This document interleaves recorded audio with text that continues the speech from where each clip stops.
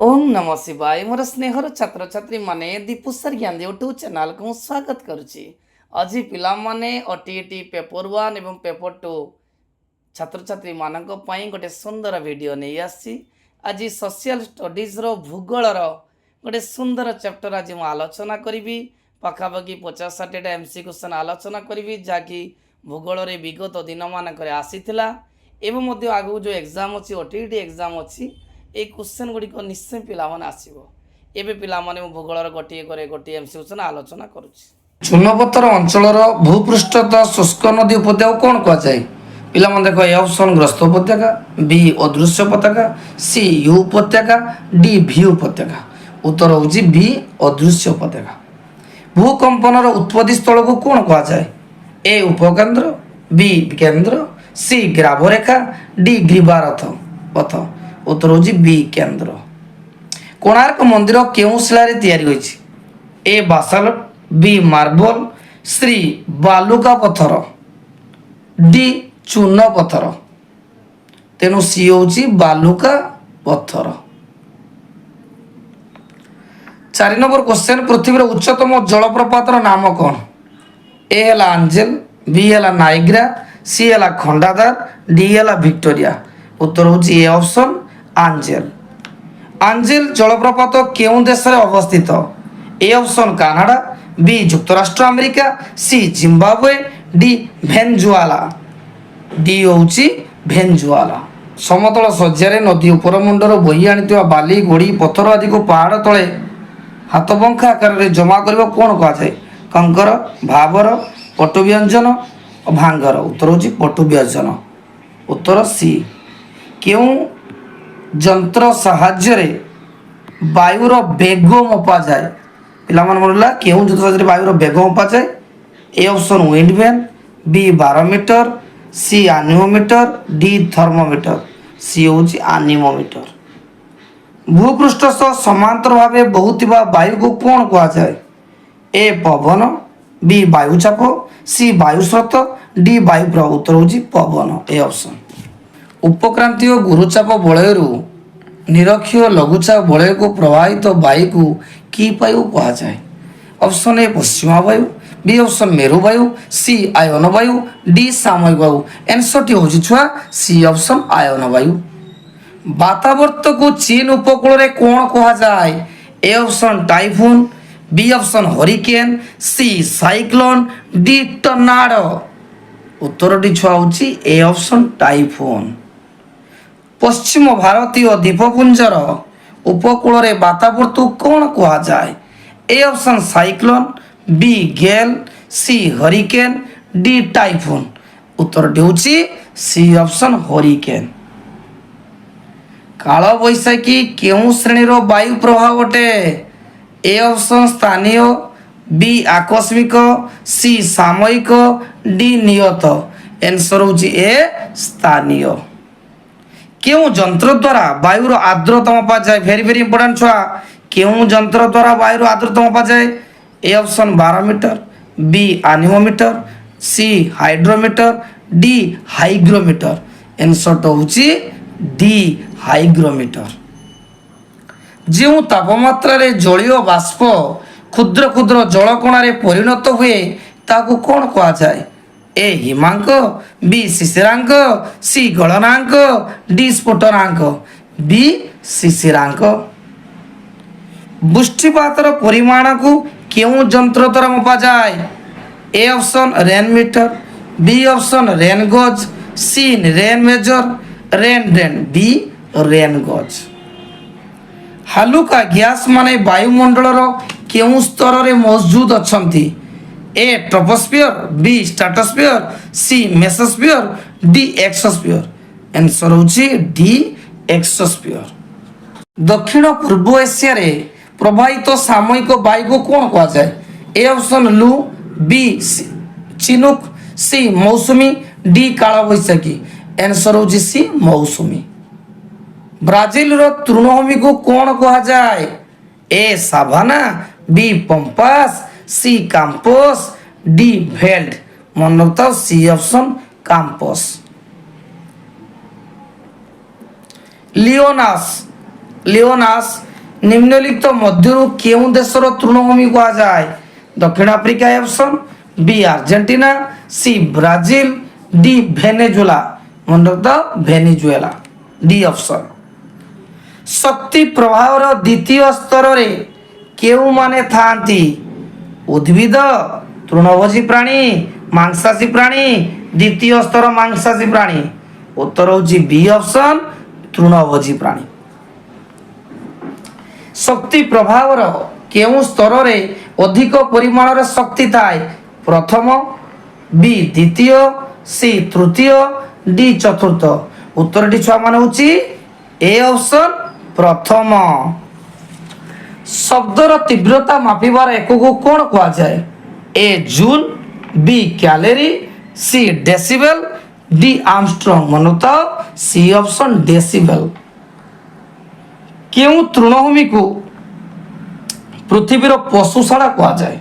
ଏ campus, B savannah, C pampas, D prairie. ମନୁଥାଅ B option savannah. ସାଧାରଣତଃ କଥାବାର୍ତ୍ତାର ଶବ୍ଦ କେତେ ଡେସିବଲ ଅଟେ? ଏ ଅପସନ୍ 10ରୁ 20, ସି ଅପସନ୍ 20ରୁ 30, ବି ଅପସନ୍ 15ରୁ 25, ଡି 25ରୁ 35। ଉତ୍ତରଟି ଛୁଆ ହେଉଛି ସି ଅପସନ୍ 20ରୁ 30। ସାଧାରଣତଃ ସମୁଦ୍ର ଜଳର ଲବଣତା 1 କିଲୋଗ୍ରାମ ପ୍ରତି କେତେ ଗ୍ରାମ? ଏ ଅପସନ୍ 15 ଗ୍ରାମ, ବି 35, ସି 25, ଡି 45। ଉତ୍ତର ହେଉଛି ବି ଅପସନ୍ 35 ଗ୍ରାମ। ପୃଥିବୀର ଗଭୀରତମ ମେରିଆନ୍ ଖାତ କେଉଁ ମହାସାଗର ଅବସ୍ଥିତ? ଏ ଅପସନ୍ ଭାରତ ମହାସାଗର, ବି ପ୍ରଶାନ୍ତ, ସି ଆଟଲାଣ୍ଟିକ, ଡି ଉତ୍ତର। ଆଉ ଉତ୍ତରଟି ହେଉଛି ବି ପ୍ରଶାନ୍ତ ମହାସାଗର। କ୍ଷେତ୍ରଫଳ ଦୃଷ୍ଟିରୁ କେଉଁଟି ପୃଥିବୀର ସବୁଠାରୁ ଛୋଟ ମହାସାଗର ଅଟେ? ଏ ଅପସନ୍ ପ୍ରଶାନ୍ତ ମହାସାଗର, ବି ଭାରତ ମହାସାଗର, ସି ଉତ୍ତର, ଡି ଆଣ୍ଟାର୍କଟିକା। ମନେ ରଖାଅ ଉତ୍ତର ମହାସାଗର, ସି ଅପସନ୍। ଉତ୍ତର ମହାସାଗର ଏବଂ ପ୍ରଶାନ୍ତ ମହାସାଗରରେ ନିମ୍ନଲିଖିତ କାହା ଦ୍ୱାରା ସଂଯୁକ୍ତ? ବେରିଂ ପ୍ରଣାଳୀ, ପାକ୍ ପ୍ରଣାଳୀ, ପାନାମା ପ୍ରଣାଳୀ, ଇଂଲିଶ ପ୍ରଣାଳୀ। ମନେ ରଖାଅ ଏ ଅପସନ୍ ବେରିଂ ପ୍ରଣାଳୀ। ସୁନାମି ତରଙ୍ଗର ଉଚ୍ଚତା କେତେ ମିଟର ପର୍ଯ୍ୟନ୍ତ ହୋଇପାରେ? ଏ 15, ବି 70, ସି 100, ଡି 150। ମନେ ରଖିଥିବ 150 ବା ଡି ଅପସନ୍। ଡଗର ବ୍ୟାଙ୍ଗ ମାଛ ଧରା କେନ୍ଦ୍ର କେଉଁ ମହାଦେଶରେ ଅବସ୍ଥିତ? Asia, Australia, Africa, Europe. D option Europe. ଉତ୍ତର ଆମେରିକାର ନ୍ୟୁଫାଉଣ୍ଡଲ୍ୟାଣ୍ଡ ଉପକୂଳରେ ଥିବା ଗ୍ରାଣ୍ଡ ବ୍ୟାଙ୍କ କ'ଣ ପାଇଁ ପ୍ରସିଦ୍ଧ ଅଟେ? ଏ ମାଛ ଧରା କେନ୍ଦ୍ର, ବି ବ୍ୟବସାୟ କେନ୍ଦ୍ର, ସି ଶିଳ୍ପାଞ୍ଚଳ, ଡି ତୃଣଭୂମି। ଏ ଅପସନ୍ ମାଛ ଧରା କେନ୍ଦ୍ର। ଜଳ ଦିବସ କେଉଁ ଦିନ ପାଳିତ ହୁଏ? ସାଧାରଣତଃ ଜଳ ଦିବସ ପ୍ରତିବର୍ଷ ମାର୍ଚ୍ଚ 22, ବି ଅପସନ୍ରେ ପାଳିତ ହୁଏ। ପୃଥିବୀର ସବା ଉପରେ ଥିବା ସ୍ତରକୁ କ'ଣ କୁହାଯାଏ? ଭୂଗର୍ଭ, ଭୂତକ, କର, ମାଣ୍ଟାଲ। ବି ଅପସନ୍ ଭୂତକ। ମହାଦେଶ ତଳେ ଥିବା ଭୂତକ ପ୍ରାୟ କେତେ କିଲୋମିଟର ଗଭୀରତା ପର୍ଯ୍ୟନ୍ତ ବିସ୍ତୃତ? ଏ ଅପସନ୍ 20, ବି 30, ସି 40, ଡି 50। ପିଲାମାନେ ଉତ୍ତରଟି ହେଉଛି ଡି ଅପସନ୍ 50। ମହାସାଗରୀୟ ଭୂତକକୁ କ'ଣ କୁହାଯାଏ? A option ସିଆଲ, B Seema, C mantle, D କର। ଉତ୍ତର ହେଉଛି ବି ସୀମା। ଭୂତକର ତଳକୁ ଥିବା ସ୍ତରକୁ କ'ଣ କୁହାଯାଏ?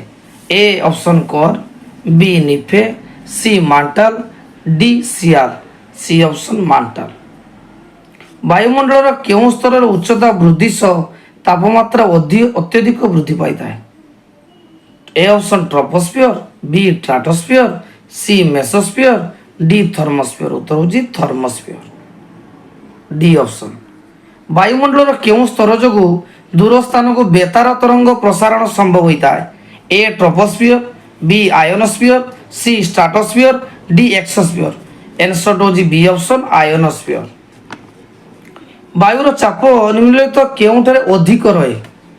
ଏ ଉଚ୍ଚ ପର୍ବତ, ବି ମାଳଭୂମି, ସି ସମତଳ ଭୂମି, ଡି ସମୁଦ୍ର ପତନ। ଉତ୍ତର ହେଉଛି ଡି ସମୁଦ୍ର ପତନ। ତାପମାତ୍ରାରେ ଦୈନିକ ହ୍ରାସ ବୃଦ୍ଧିକୁ କ'ଣ କୁହାଯାଏ? ଏ ତାପ ବଜେଟ୍, ବି ତାପ ବିକିରଣ, ସି ତାପଚକ୍ର, ଡି ତାପ ଆହରଣ। ଉତ୍ତର ହେଉଛି ସି ଅପସନ୍ ତାପଚକ୍ର।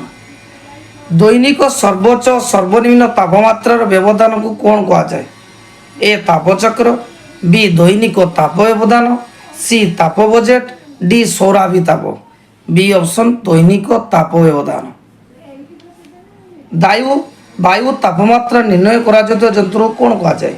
ଏ ଏନିମୋମିଟର, ବି ଥର୍ମୋଷ୍ଟାଟ, ସି ଥର୍ମୋମିଟର, ଡି ଲାକ୍ଟୋମିଟର। ଉତ୍ତର ହେଉଛି ଥର୍ମୋମିଟର ସି। କେଉଁ ଯନ୍ତ୍ର ଦ୍ୱାରା ବାୟୁର ଚାପ ନିର୍ଣ୍ଣୟ କରାଯାଏ? ଏ ଥର୍ମୋମିଟର, ବି ଏନିମୋମିଟର, ସି ବାରୋମିଟର, ଡି ସୋନୋମିଟର। ଉତ୍ତର ହେଉଛି ସି ବାରୋମିଟର। କେଉଁ ଯନ୍ତ୍ର ସାହାଯ୍ୟରେ ବାୟୁର ଦିଗ ମପା ଯାଇଥାଏ? A barometer, B wind vane, C anemometer, D thermometer. ଉତ୍ତର ହେଉଛି ବି ୱିଣ୍ଡ ଭ୍ୟାନ୍। ଆମ ପୃଥିବୀର ଚତୁର୍ଭାଗରେ ଘେରି ରହିଥିବା ଗ୍ୟାସୀୟ ବଳୟକୁ କ'ଣ କୁହାଯାଏ? ଏ ଅଶ୍ମମଣ୍ଡଳ, ବି ବାୟୁମଣ୍ଡଳ, ସି ବାୟୁମଣ୍ଡଳ, ଡି ଜୟମଣ୍ଡଳ। ଉତ୍ତର ହେଉଛି ସି ବାୟୁମଣ୍ଡଳ। କେଉଁଠି ବାୟୁମଣ୍ଡଳର ସର୍ବାଧିକ ପରିମାଣ ରହିଅଛି? ମନେ ଜାଣିଛ ପିଲାମାନେ ସବୁ। ଏ ହେଲା ଅପସନ୍ ଅମ୍ଳଜାନ, ବି ଅଙ୍ଗାରକାମ୍ଳ, ସି ଉଦ୍ଜାନ, ଡି ଯବକ୍ଷାରଜାନ। ଉତ୍ତର ହେଉଛି ଯବକ୍ଷାରଜାନ। ବୃକ୍ଷଲତା ଖାଦ୍ୟ ପ୍ରସ୍ତୁତ ସମୟରେ କେଉଁ ଗ୍ୟାସ୍ ବ୍ୟବହାର କରିଥାନ୍ତି? ଏ ଅପସନ୍ ପିଲାମାନେ ଅମ୍ଳଜାନ, ବି ଉଦ୍ଜାନ, ସି ଅଙ୍ଗାରକାମ୍ଳ, ଡି ଆର୍ଗନ୍। ମନେ ହଉଥାଉ ଅଙ୍ଗାରକାମ୍ଳ। ସମୁଦ୍ର ପୃଷ୍ଠରୁ ବାଇ କେତେ କିଲୋମିଟର ପର୍ଯ୍ୟନ୍ତ ବାୟୁମଣ୍ଡଳ ବ୍ୟାପି ରହିଛି? ଏ ଅପସନ୍ 1400, ବି 1500, ସି 1600, ଡି 1700। ମନେ ତ ସି ଅପସନ୍ 1600। ବାୟୁମଣ୍ଡଳର ସର୍ବନିମ୍ନ ସ୍ତରର ନାମ କ'ଣ? ଟ୍ରୋପୋସ୍ଫିୟର, ଷ୍ଟ୍ରାଟୋସ୍ଫିୟର, ମେସୋସ୍ଫିୟର, ଥର୍ମୋସ୍ଫିୟର। ଉତ୍ତର ହେଉଛି ଏ ଅପସନ୍ ଟ୍ରୋପୋସ୍ଫିୟର। ବାୟୁମଣ୍ଡଳର କେଉଁ ସ୍ତର ବିମାନ ଚଳାଚଳ ପାଇଁ ଅନୁକୂଳ ଅଟେ? ଏ ଟ୍ରୋପୋସ୍ଫିୟର, ବି ଷ୍ଟ୍ରାଟୋସ୍ଫିୟର, ସି ମେସୋସ୍ଫିୟର, ଡି ଥର୍ମୋସ୍ଫିୟର। ବି ଅପସନ୍ ଷ୍ଟ୍ରାଟୋସ୍ଫିୟର। ଭୂତ୍ୱକର ଶିଳା ଏହାର ସୃଷ୍ଟି ଏବଂ ସଂରଚନା ବିଷୟରେ ଅଧ୍ୟୟନ କରୁଥିବା ବିଜ୍ଞାନକୁ କ'ଣ କୁହାଯାଏ? ଉତ୍ତର ହେଉଛି ଭୂବିଜ୍ଞାନ। ପାଞ୍ଜିଆର ଦକ୍ଷିଣାଂଶକୁ କ'ଣ କୁହାଯାଏ? ଉତ୍ତର ହେଉଛି ଗଣ୍ଡୱାନା ଲ୍ୟାଣ୍ଡ। ହିମାଳୟର ଅର୍ଥ ବରଫର ଘର। ସିଆଚିନ୍ ହିମବାହର ଦୈର୍ଘ୍ୟ କେତେ କିଲୋମିଟର? ଉତ୍ତର ଛୁଆ ହେଉଛି 75 କିଲୋମିଟର। ହିମାଳୟ ପର୍ବତ ଶ୍ରେଣୀକୁ ଡେସ୍ ପର୍ବତ ଶ୍ରେଣୀ କୁହାଯାଏ? ଆନ୍ସର ହେଉଛି ତରୁଣ ଭଙ୍ଗିଳ। ଶିୱାଲିକର ହାରାହାରି ଉଚ୍ଚତା କେତେ ମିଟର? ଆନ୍ସର ହେଉଛି 1000 ମିଟରରୁ 2000 ମିଟର। ଶିୱାଲିକର ଉତ୍ତରକୁ କେଉଁ ପର୍ବତ ଶ୍ରେଣୀ ରହିଛି? ଆନ୍ସର ହେଉଛି ମଧ୍ୟ ହିମାଳୟ ବା ହିମାଚଳ। ଡେଲହାଉସି, ଧର୍ମଶାଳା, ଶିମଳା, ମସୁରୀ, ନୈନିତାଲ ଓ ଦାର୍ଜିଲିଂ ଆଦି ପାର୍ବତୀୟ ସହର କେଉଁ ପର୍ବତ ଶ୍ରେଣୀରେ ଅବସ୍ଥିତ? ସାଧାରଣତଃ ଖରାଦିନେ ଲୋକମାନେ ଏଠି ଯିବା ଆସିବା କରନ୍ତି, ପର୍ଯ୍ୟଟନ ସ୍ଥଳୀ। ଉତ୍ତର ହେଉଛି ହିମାଚଳରେ ସବୁ ଅଛି। ଡେସ୍ ହିମାଳୟର ସର୍ବୋଚ୍ଚ ପର୍ବତ ଶ୍ରେଣୀ? ଉତ୍ତର ହେଉଛି ହିମାଦ୍ରି। ପୃଥିବୀର ଉଚ୍ଚତମ ଶୃଙ୍ଗ କେଉଁ ଦେଶରେ ଅବସ୍ଥିତ? ପୃଥିବୀର ଉଚ୍ଚତମ ଶୃଙ୍ଗ ହେଉଛି ଏଭରେଷ୍ଟ। ଉତ୍ତର ହେଉଛି ଏଭରେଷ୍ଟ। କେଉଁ ଦେଶରେ ଅଛି? ନା ନେପାଳରେ। କେଉଁ ନଦୀ ହିମାଳୟର ପୂର୍ବ ସୀମା ନିର୍ଦ୍ଧାରଣ କରେ? ଉତ୍ତର ହେଉଛି ବ୍ରହ୍ମପୁତ୍ର ନଦୀ। ଜଜିଲା ଗିରିପଥ କେଉଁ ଅଞ୍ଚଳର ପ୍ରଧାନ ଗିରିପଥ ଅଟେ? ମନେ ରଖିଥାଉ, ଜଜିଲା ଗିରିପଥ ଜାମ୍ମୁ କାଶ୍ମୀର ଆଉ ହିମାଳୟର ପ୍ରଧାନ ଗିରିପଥ ଅଟେ। ପଞ୍ଜାବକୁ କେଉଁ ନଦୀର ଦେଶ ବା ଭୂଖଣ୍ଡ କୁହାଯାଏ? ଉତ୍ତର ହେଉଛି ପଞ୍ଚ ନଦୀ। କେଉଁ ମାଳଭୂମି ତ୍ରିଭୁଜ ଆକାର? ଉତ୍ତର ହେଉଛି ମାଲୱା ମାଳଭୂମି। ଦଦାବେତା କେଉଁ ପର୍ବତ ଶ୍ରେଣୀରେ ଅବସ୍ଥିତ? ଉତ୍ତର ହେଉଛି ନୀଳଗିରି ପର୍ବତ ଶ୍ରେଣୀ। ତାମିଲନାଡୁର ଡେସ୍ ଏକ ଶୈଳ ନିବାସ ଅଟେ? କୋଡାଇ କେନାଲ। ମଧ୍ୟପ୍ରଦେଶର ଡେସ୍ ଏକ ଶୈଳ ନିବାସ? ପଞ୍ଚମାରୀ। ପୂର୍ବଘାଟ ପର୍ବତମାଳାର ଉଚ୍ଚତମ ଶୃଙ୍ଗ କିଏ? ନା ଦେଓମାଳି। ଚେନ୍ନାଇର ଦକ୍ଷିଣକୁ କେଉଁ ଉପକୂଳ କୁହାଯାଏ? କରମଣ୍ଡଳ ଉପକୂଳ। ଓଡ଼ିଶାର ଉଚ୍ଚତମ ଶୃଙ୍ଗ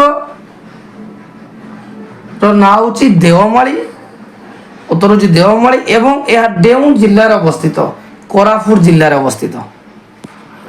भूविज्ञानी मतरे 300 नियुत वर्ष पूर्वे गठित विशाल महादेश को कौन कहा जाउतला? उत्तर होची पांजिया। पांजियार दक्षिणांश रे थिबा स्थलभाग को कौन कहती? उत्तर होची गंडवाना लैंड। सिंधु नदी और ब्रह्मपुत्र नदी मध्य लंबी थिबा पर्वतमाला को कौन कहा जाए?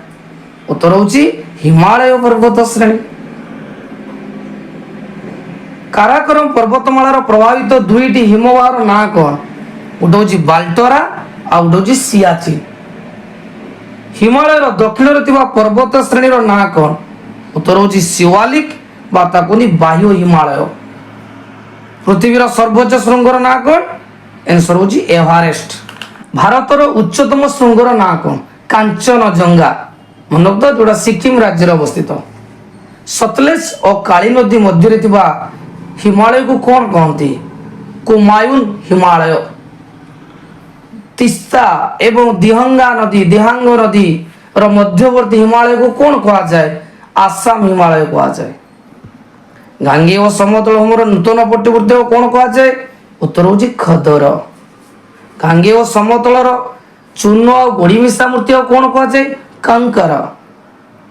पश्चिम घाट पर्वतमालार उच्चतम शृंग ना कौन? आनाईमुडी। नीलगिरी पर्वतमाला अवस्थित शैलनिवास ना कौन? उटी। बालचंद्र आकार बालुका स्तूप कौन कहती? बरखान। कंकणर दक्षिण को थिबा उपकूलवर्ती समतल को कौन कहा जाए? उत्तर होची कन्नड़। अरब सागर थिबा द्वीप ना होची लाक्षाद्वीप। ओडिशार उच्चतम शृंग देवमाळी। लाक्षाद्वीपर क्षेत्रफल 32 वर्ग किलोमीटर। सुवर्णरेखा मुहाणरू विशाखापाटना पर्यंत उपकूल को कौन कहा जाए? उत्तर होची ओडिशा उपकूल। पश्चिम घाट पर्वतमालार उच्चता प्राय केते किलोमीटर केते मीटर मध्य? उत्तर होची 200 मीटर रु 1600 मीटर मध्य। आनाईमुडी पर्वतमाला केउं राज्यर एवं केउं पर्वतमाला अवस्थित? आंसर होची केरल राज्य। आउ केउं पर्वत श्रेणी? आनामालाई पर्वत श्रेणी अवस्थित। ओडिशा केउं द्राघिम रेखा मध्य अवस्थित? 81 डिग्री 73 रु 87 डिग्री 29। भारत एकमात्र सक्रिय आग्नेयगिरी केउं द्वीपर अवस्थित? आंसर होची ब्यारेन द्वीप। उपकूलवर्ती समतल अंचल उत्तर में केउं नदी ठारू दक्षिण में केउं नदी पर्यंत विस्तृत? उत्तर होची सुवर्णरेखा ठारू ऋषिकुल्या पर्यंत विस्तृत। केउं द्वीपर एक पक्षी विहार स्थापन कराइछि? उत्तर होची पितली। पितली द्वीपर गोटे पक्षी विहार रही। पश्चिम में पामीर मालभूमि ठारू पूर्व दिगरे भारत और म्यांमार सीमा पर्यंत प्राय अविच्छिन्न भावे विस्तार लाभ करितबा पर्वत श्रेणी को कौन कहा जाए? ता कहती उत्तरस्थ पर्वत श्रेणी। पृथ्वीर उच्चतम शृंग एवरेस्ट उच्चता केते? 8848 मीटर। देश पर्वत श्रेणी उपद्वीपीय मालभूमिर पश्चिम और उत्तर पश्चिम सीमार अवस्थित। उत्तर होची आरावली। नर्मदा नदीर उत्तर को केउं पार्वत्यांचल अवस्थित? आंसर होची केंद्रीय पार्वत्य अंचल। 50 नंबर भारत जो उच्चतम शृंग होची कांचनजंगा तार उच्चता केते? 8586 मीटर। खनिर मान्यता पई केउंठी प्रयोज्य नुहे? ए बजारर निकटवर्तीता, बी व्यावसायिक दृष्टि लाभदायक, सी खनिज पिंड रे खनिज पदार्थर मात्रा कम, डी खनिज पिंड उत्तोलन रे व्यय कम। मन उत्तर होची सी खनिज पिंड रे खनिज पदार्थर मात्रा कम। 2 नंबर क्वेश्चन छुआ केउंठी मूल्यवान खनिज? ए तंबा, बी सोना, सी सीसा, डी लोहा पत्थर। मन उत्तर होची बी सोना। केउंठी धातव खनिज नुहे? ए निकेल, बी कोबाल्ट, सी मांगानीज आउ डी होची अभ्र। उत्तर होची अभ्र। केउं शिलारे थिबा फाट, छिद्र, भ्रूभ्रंश एवं खंजा मानकरे खनिज पदार्थ थाए? ए आग्नेय और रूपांतरित, बी अवक्षिप्त और आग्नेय, सी रूपांतरित और आग्नेय, डी प्राथमिक और स्तरीभूत। ମୋର ଉତ୍ତରଟି ଛୁଆ ହେଉଛି ଏ ଆଗ୍ନେୟ ଓ ରୂପାନ୍ତରିତ। କେଉଁଟି ଲୌହ ମିଶ୍ରିତ ଖଣିଜ ନୁହେଁ? ଏ କୋବାଲ୍ଟ, ବି ମାଙ୍ଗାନିଜ, ସି ତମ୍ବା, ଡି ନିକେଲ। ଉତ୍ତରଟି ଛୁଆ ହେଉଛି ସି ତମ୍ବା। କେଉଁଠି ମୂଲ୍ୟବାନ ଖଣିଜ ନୁହେଁ? ଏ ସୁନା, ବି ମାର୍ବଲ, ସି ରୂପା, ଡି ପ୍ଲାଟିନମ। এটা ଛୁଆ ହେଉଛି 6 নম্বর বি মার্বল। মনে তো ছুয়া সাধারণতঃ এটা হচ্ছে দশম শ্রেণী বইরু মু এমসিকিউ করেছি এবং সেইটাকে ডিসকসন করছি ছুয়া। বর্তমান আমি যা ছুয়া বর্তমান 7 নম্বর কোশ্চেন কু যা। আগ্নেয় ও রূপান্তরিত শিলার ফাট, ছিদ্র, ভূভ্রংশ ও খঞ্জা মানଙ୍କର খଣିଜ কম পরিমাণରେ ଥିଲେ ତାକୁ କ'ଣ କହନ୍ତି? ଏ ଲୋଡ, ବି ଧାତୁ ସ୍ତର, ସି ଅବକ୍ଷେପଣ ଆଉ ଡି ହେଉଛି ଭେନ୍। ମନେ ରଖିଥାଉ ଏଟା ହେଉଛି ଉତ୍ତର ହେଉଛି ଡି ଭେନ୍। ଅବକ୍ଷିପ୍ତ ଶିଳାରେ ଅନେକ ପ୍ରକାର ଖଣିଜ ନିମ୍ନଲିଖିତ ମଧ୍ୟରୁ କାହା ଦ୍ୱାରା ସୃଷ୍ଟି ହୋଇନଥାନ୍ତି? ଏ ବୃଷ୍ଟିପାତ, ବି ସଞ୍ଚୟ, ସି ଅବକ୍ଷେପଣ, ଡି ହେଲା ଗାଢ଼ତା। ମନେ ରଖିଥାଉ ଏ ହେଉଛି ବୃଷ୍ଟିପାତ। କେଉଁଠି ଅବକ୍ଷିପ୍ତ ଶିଳାରୁ ସୃଷ୍ଟି ହୋଇଥାଏ? ଏ ନିକେଲ, ବି କୋଇଲା, ସି ମାଙ୍ଗାନିଜ, ଡି କ୍ରୋମାଇଟ୍। ମନେ ରଖିଥାଉ ଉତ୍ତର ହେଉଛି ବି କୋଇଲା। ଖଣିଜ ଅଧିକ ପରିମାଣରେ ଥିଲେ ତାକୁ କ'ଣ କହନ୍ତି? ଏଇଟା ତ ଇମ୍ପୋର୍ଟାଣ୍ଟ କ୍ୱେଶ୍ଚେନ୍। ଖଣିଜ ଅଧିକ ପରିମାଣ ଥିଲେ ତାକୁ କ'ଣ କହନ୍ତି? A marble, B granite, C lode, D sulphur. ମନେ ରଖିଥାଉ ଏଇଟା ହେଉଛି ସି ଲୋଡ। ଆମେ ପ୍ରତିଦିନ ଯେତେ ପରିମାଣରେ ପୌଷ୍ଟିକତା ଆବଶ୍ୟକ କରୁ ସେ ସବୁରେ ଖଣିଜ ପଦାର୍ଥରେ ମାତ୍ର ଶତକଡ଼ା କେତେ? ଏ 0.2, ବି 1.2, ସି 0.8 ଆଉ ଡି 0.3। ଉତ୍ତର ଛୁଆ ହେଉଛି ଡି 0.3। 12 নম্বর କ୍ୱେଶ୍ଚେନ୍ ଛୁଆ। ଆଲୁମିନିୟମର ଖଣିଜ ପିଣ୍ଡ କେଉଁଠି? ଏ ବକ୍ସାଇଟ୍, ବି ଆଲୁମିନା, ସି ଟଙ୍ଗଷ୍ଟନ, ଡି କୋବାଲ୍ଟ। ମନେ ରଖିଥାଉ ଉତ୍ତର ହେଉଛି ଏ ବକ୍ସାଇଟ୍। ଟୁଥପେଷ୍ଟ ରଙ୍ଗ କିଏ ଧବଲା କରିଥାଏ ବା ଧଳା କରିଥାଏ? ଏ ଚୂନପଥର, B titanium, C fluoride, D rutile. মনে রখিথাও 13 নম্বর উত্তর হচ্ছে বি টাইটানিয়াম। ছুয়া দেখ 14 নম্বর কোশ্চেন। বিদ্যুৎ বল্বর ভিতর তারটি কেউ খনিজরু তৈরি? এ তম্বা, বি আলুমিনিয়ম, সি লৌহ, ডি মাঙ্গানিজ। উত্তর হচ্ছে তম্বা। বিদ্যুৎ বল্বর তার মঝি তন্তু কেউথিরে তৈরি? এ আলুমিনিয়ম, বি তম্বা, সি টংস্টন, ডি সিলিকন। উত্তর হচ্ছে সি টংস্টন। শিল্প বিকাশর মেরুদণ্ড কেউটি? এ লৌহ, বি আলুমিনিয়ম, সি নিকেল, ডি মাঙ্গানিজ। মনে রাখতা যে শিল্প বিকাশর মেরুদণ্ড হচ্ছে লৌহ। কেউ লুহা খনিটি ওড়িশারে নাই? এ কোরড়া, বি বরসুয়া, সি বংশাপাণি, ডি গুয়া। তেଣୁ 17 নম্বর উত্তর হচ্ছে গুয়া। ডি। ভারতর ସବୁଠାରୁ বড় লুহাপথর খনিটির নাম কোন?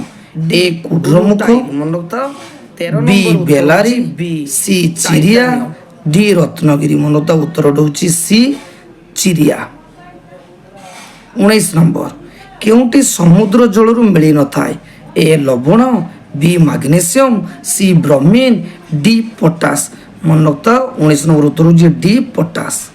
କେଉଁ ଖଣିଜଟି ଦାନ୍ତ ସଫା କରିବାରେ ସହାୟତା କରିନଥାଏ? ଏଇଟା ମନେ ରଖିଥାଅ କେଉଁ ଖଣିଜଟି ଦାନ୍ତ ସଫା କରିବାରେ ସହାୟତା କରିନଥାଏ? ଏ ହେଉଛି ଚୂନପଥର, ବି ଲୌହ oxide, C aluminium oxide, D ହେଉଛି ବାଲୁକା। ତେଣୁ 20 নম্বর ଉତ୍ତର ହେଉଛି ଲୌହ ଅକ୍ସାଇଡ୍ ବି। 21 নম্বর ଛୁଆ ସେ କହିଛି ସବୁଠାରୁ କୋମଳ ଖଣିଜ ପଦାର୍ଥର ନାଁ କ'ଣ?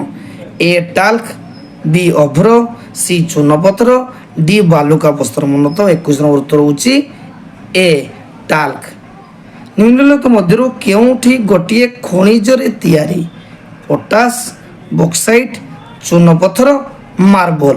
ମନେ ତ ଉତ୍ତରଟି ହେଉଛି ଚୂନପଥର। ବର୍ତ୍ତମାନ ସୁଦ୍ଧା ଚିହ୍ନିତ ଖଣିଜ ପଦାର୍ଥର ସଂଖ୍ୟା କେତେ? ଏ 1000, ବି 1500, ସି 1200, ଡି 2000। ମନେ ତ 2000ଟି ବର୍ତ୍ତମାନ ଖଣିଜ ପଦାର୍ଥ ଆମେ ଆବା ସଂଖ୍ୟା ରହିଛି 2000 ଡି। ଶୁଷ୍କ ଅଞ୍ଚଳରେ ବାଷ୍ପୀଭବନ ଫଳରେ କେଉଁଟି ସୃଷ୍ଟି ହୋଇନଥାଏ? A gypsum, B platinum, C potash, D sodium ଲବଣ। ମନେ ତ 24 ନମ୍ବର ଉତ୍ତର ହେଉଛି ବି ପ୍ଲାଟିନମ୍। 25 ନମ୍ବର କ୍ୱେଶ୍ଚନ୍ ଛୁଆ, ଭୂପୃଷ୍ଠସ୍ଥ ଶିଳାର ଅବଘଟନ ଏବଂ ଦ୍ରବଣୀୟ ପଦାର୍ଥର ଅପସାରଣ ଦ୍ୱାରା ପଡ଼ି ରହୁଥିବା ଅବକ୍ଷୟିତ ଖଣିଜ ପିଣ୍ଡର ନାଁ କ'ଣ? ଏ ସୁନା, ବି ରୂପା, ସି ମାଙ୍ଗାନିଜ୍, ଡି ବକ୍ସାଇଟ୍। ଉତ୍ତର ହେଉଛି ଡି ବକ୍ସାଇଟ୍। ଭାରତରେ ଲୁହାପଥର ଉତ୍ପାଦନ ଦୃଷ୍ଟିରୁ କେଉଁ ତଥ୍ୟଟି ଭୁଲ ଅଛି? ଓଡ଼ିଶା 28%, କର୍ଣ୍ଣାଟକ 22%, ଗୋଆ 14%, ଝାଡ଼ଖଣ୍ଡ 10%। ଛୁଆ ଭୁଲ ହେଉଛି ଏ ଓଡ଼ିଶା 28%। ଓଡ଼ିଶାର କେଉଁଠାରେ କ୍ରୋମାଇଟ୍ ଖଣି ଅଛି? ଯୋଡ଼ା, ବୋଡ଼ବିଲ, ବଂଶାପାଣି, ଡି ସୁକିନ୍ଦା। ମନୋକ୍ତ ଓଡ଼ିଶାର ସୁକିନ୍ଦାରେ କ୍ରୋମାଇଟ୍ ଖଣି ଅଛି। ଭାରତରେ ଉତ୍ପାଦିତ ସମୁଦାୟ କ୍ରୋମାଇଟ୍ର ଶତକଡ଼ା କେତେ ଭାଗ ଓଡ଼ିଶାରୁ ମିଳିଥାଏ? ଏ 90, ବି 91, ସି 92, ଡି 93। ମନୋକ୍ତ ଯେ ଓଡ଼ିଶାରେ ସାଧାରଣତଃ 91 ଭାଗ କ୍ରୋମାଇଟ୍ ଉତ୍ପାଦନ ହୋଇଥାଏ। ବି ଅପସନ୍। 29, ଉଚ୍ଚ ବୈଦ୍ୟୁତିକ ଭୋଲ୍ଟେଜ ପ୍ରତିରୋଧକ ଶକ୍ତି ଯୋଗୁଁ କେଉଁ ଖଣିଜଟି ବିଦ୍ୟୁତ୍ ଓ ଇଲେକ୍ଟ୍ରୋନିକ୍ସ ଶିଳ୍ପ ପାଇଁ ଅପରିହାର୍ଯ୍ୟ? ତମ୍ବା, ଲୌହ, ଅଭ୍ର, ନିକେଲ। ମନୋକ୍ତ ସି ଅପସନ୍ ଅଭ୍ର। ବାଲାଘାଟ ତମ୍ବା ଖଣି କେଉଁ ରାଜ୍ୟରେ ଅବସ୍ଥିତ? A Madhya Pradesh, B Chhattisgarh, C Jharkhand, D Karnataka. ମନୋକ୍ତ ବାଲାଘାଟ ତମ୍ବା ଖଣି ପୃଥିବୀର ସବୁଠାରୁ ବଡ଼ ତମ୍ବା ଖଣି।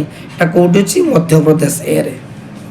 କେଉଁ ଖଣିଜ ପିଣ୍ଡର ଗଚ୍ଛିତ ଭଣ୍ଡାର ଏବଂ ଉତ୍ପାଦ ଦୃଷ୍ଟିରୁ ଭାରତ ଏକ ନିଅଣ୍ଟିଆ ଦେଶ? ମାଙ୍ଗାନିଜ୍, ଅଭ୍ର, ବକ୍ସାଇଟ୍, ତମ୍ବା। ମନୋକ୍ତ ଡି ହେଉଛି ତମ୍ବା। କେଉଁଥିପାଇଁ ଲୌହବିହୀନ ଖଣିଜ ଅପରିହାର୍ଯ୍ୟ ନୁହେଁ? ଏ ବ୍ଲିଚିଂ ପାଉଡର ତିଆରି, ବି ଧାତୁ ନିଷ୍କାସନ, ବୈଦ୍ୟୁତିକ ଶିଳ୍ପ, ଡି ଇଞ୍ଜିନିୟରିଂ। ମନୋକ୍ତ 32 ନମ୍ବର ଉତ୍ତର ହେଉଛି ଏ ବ୍ଲିଚିଂ ପାଉଡର ତିଆରି। ଆମ ଦେଶର ସର୍ବାଧିକ ମାଙ୍ଗାନିଜ୍ ଉତ୍ପାଦନକାରୀ ରାଜ୍ୟ କିଏ?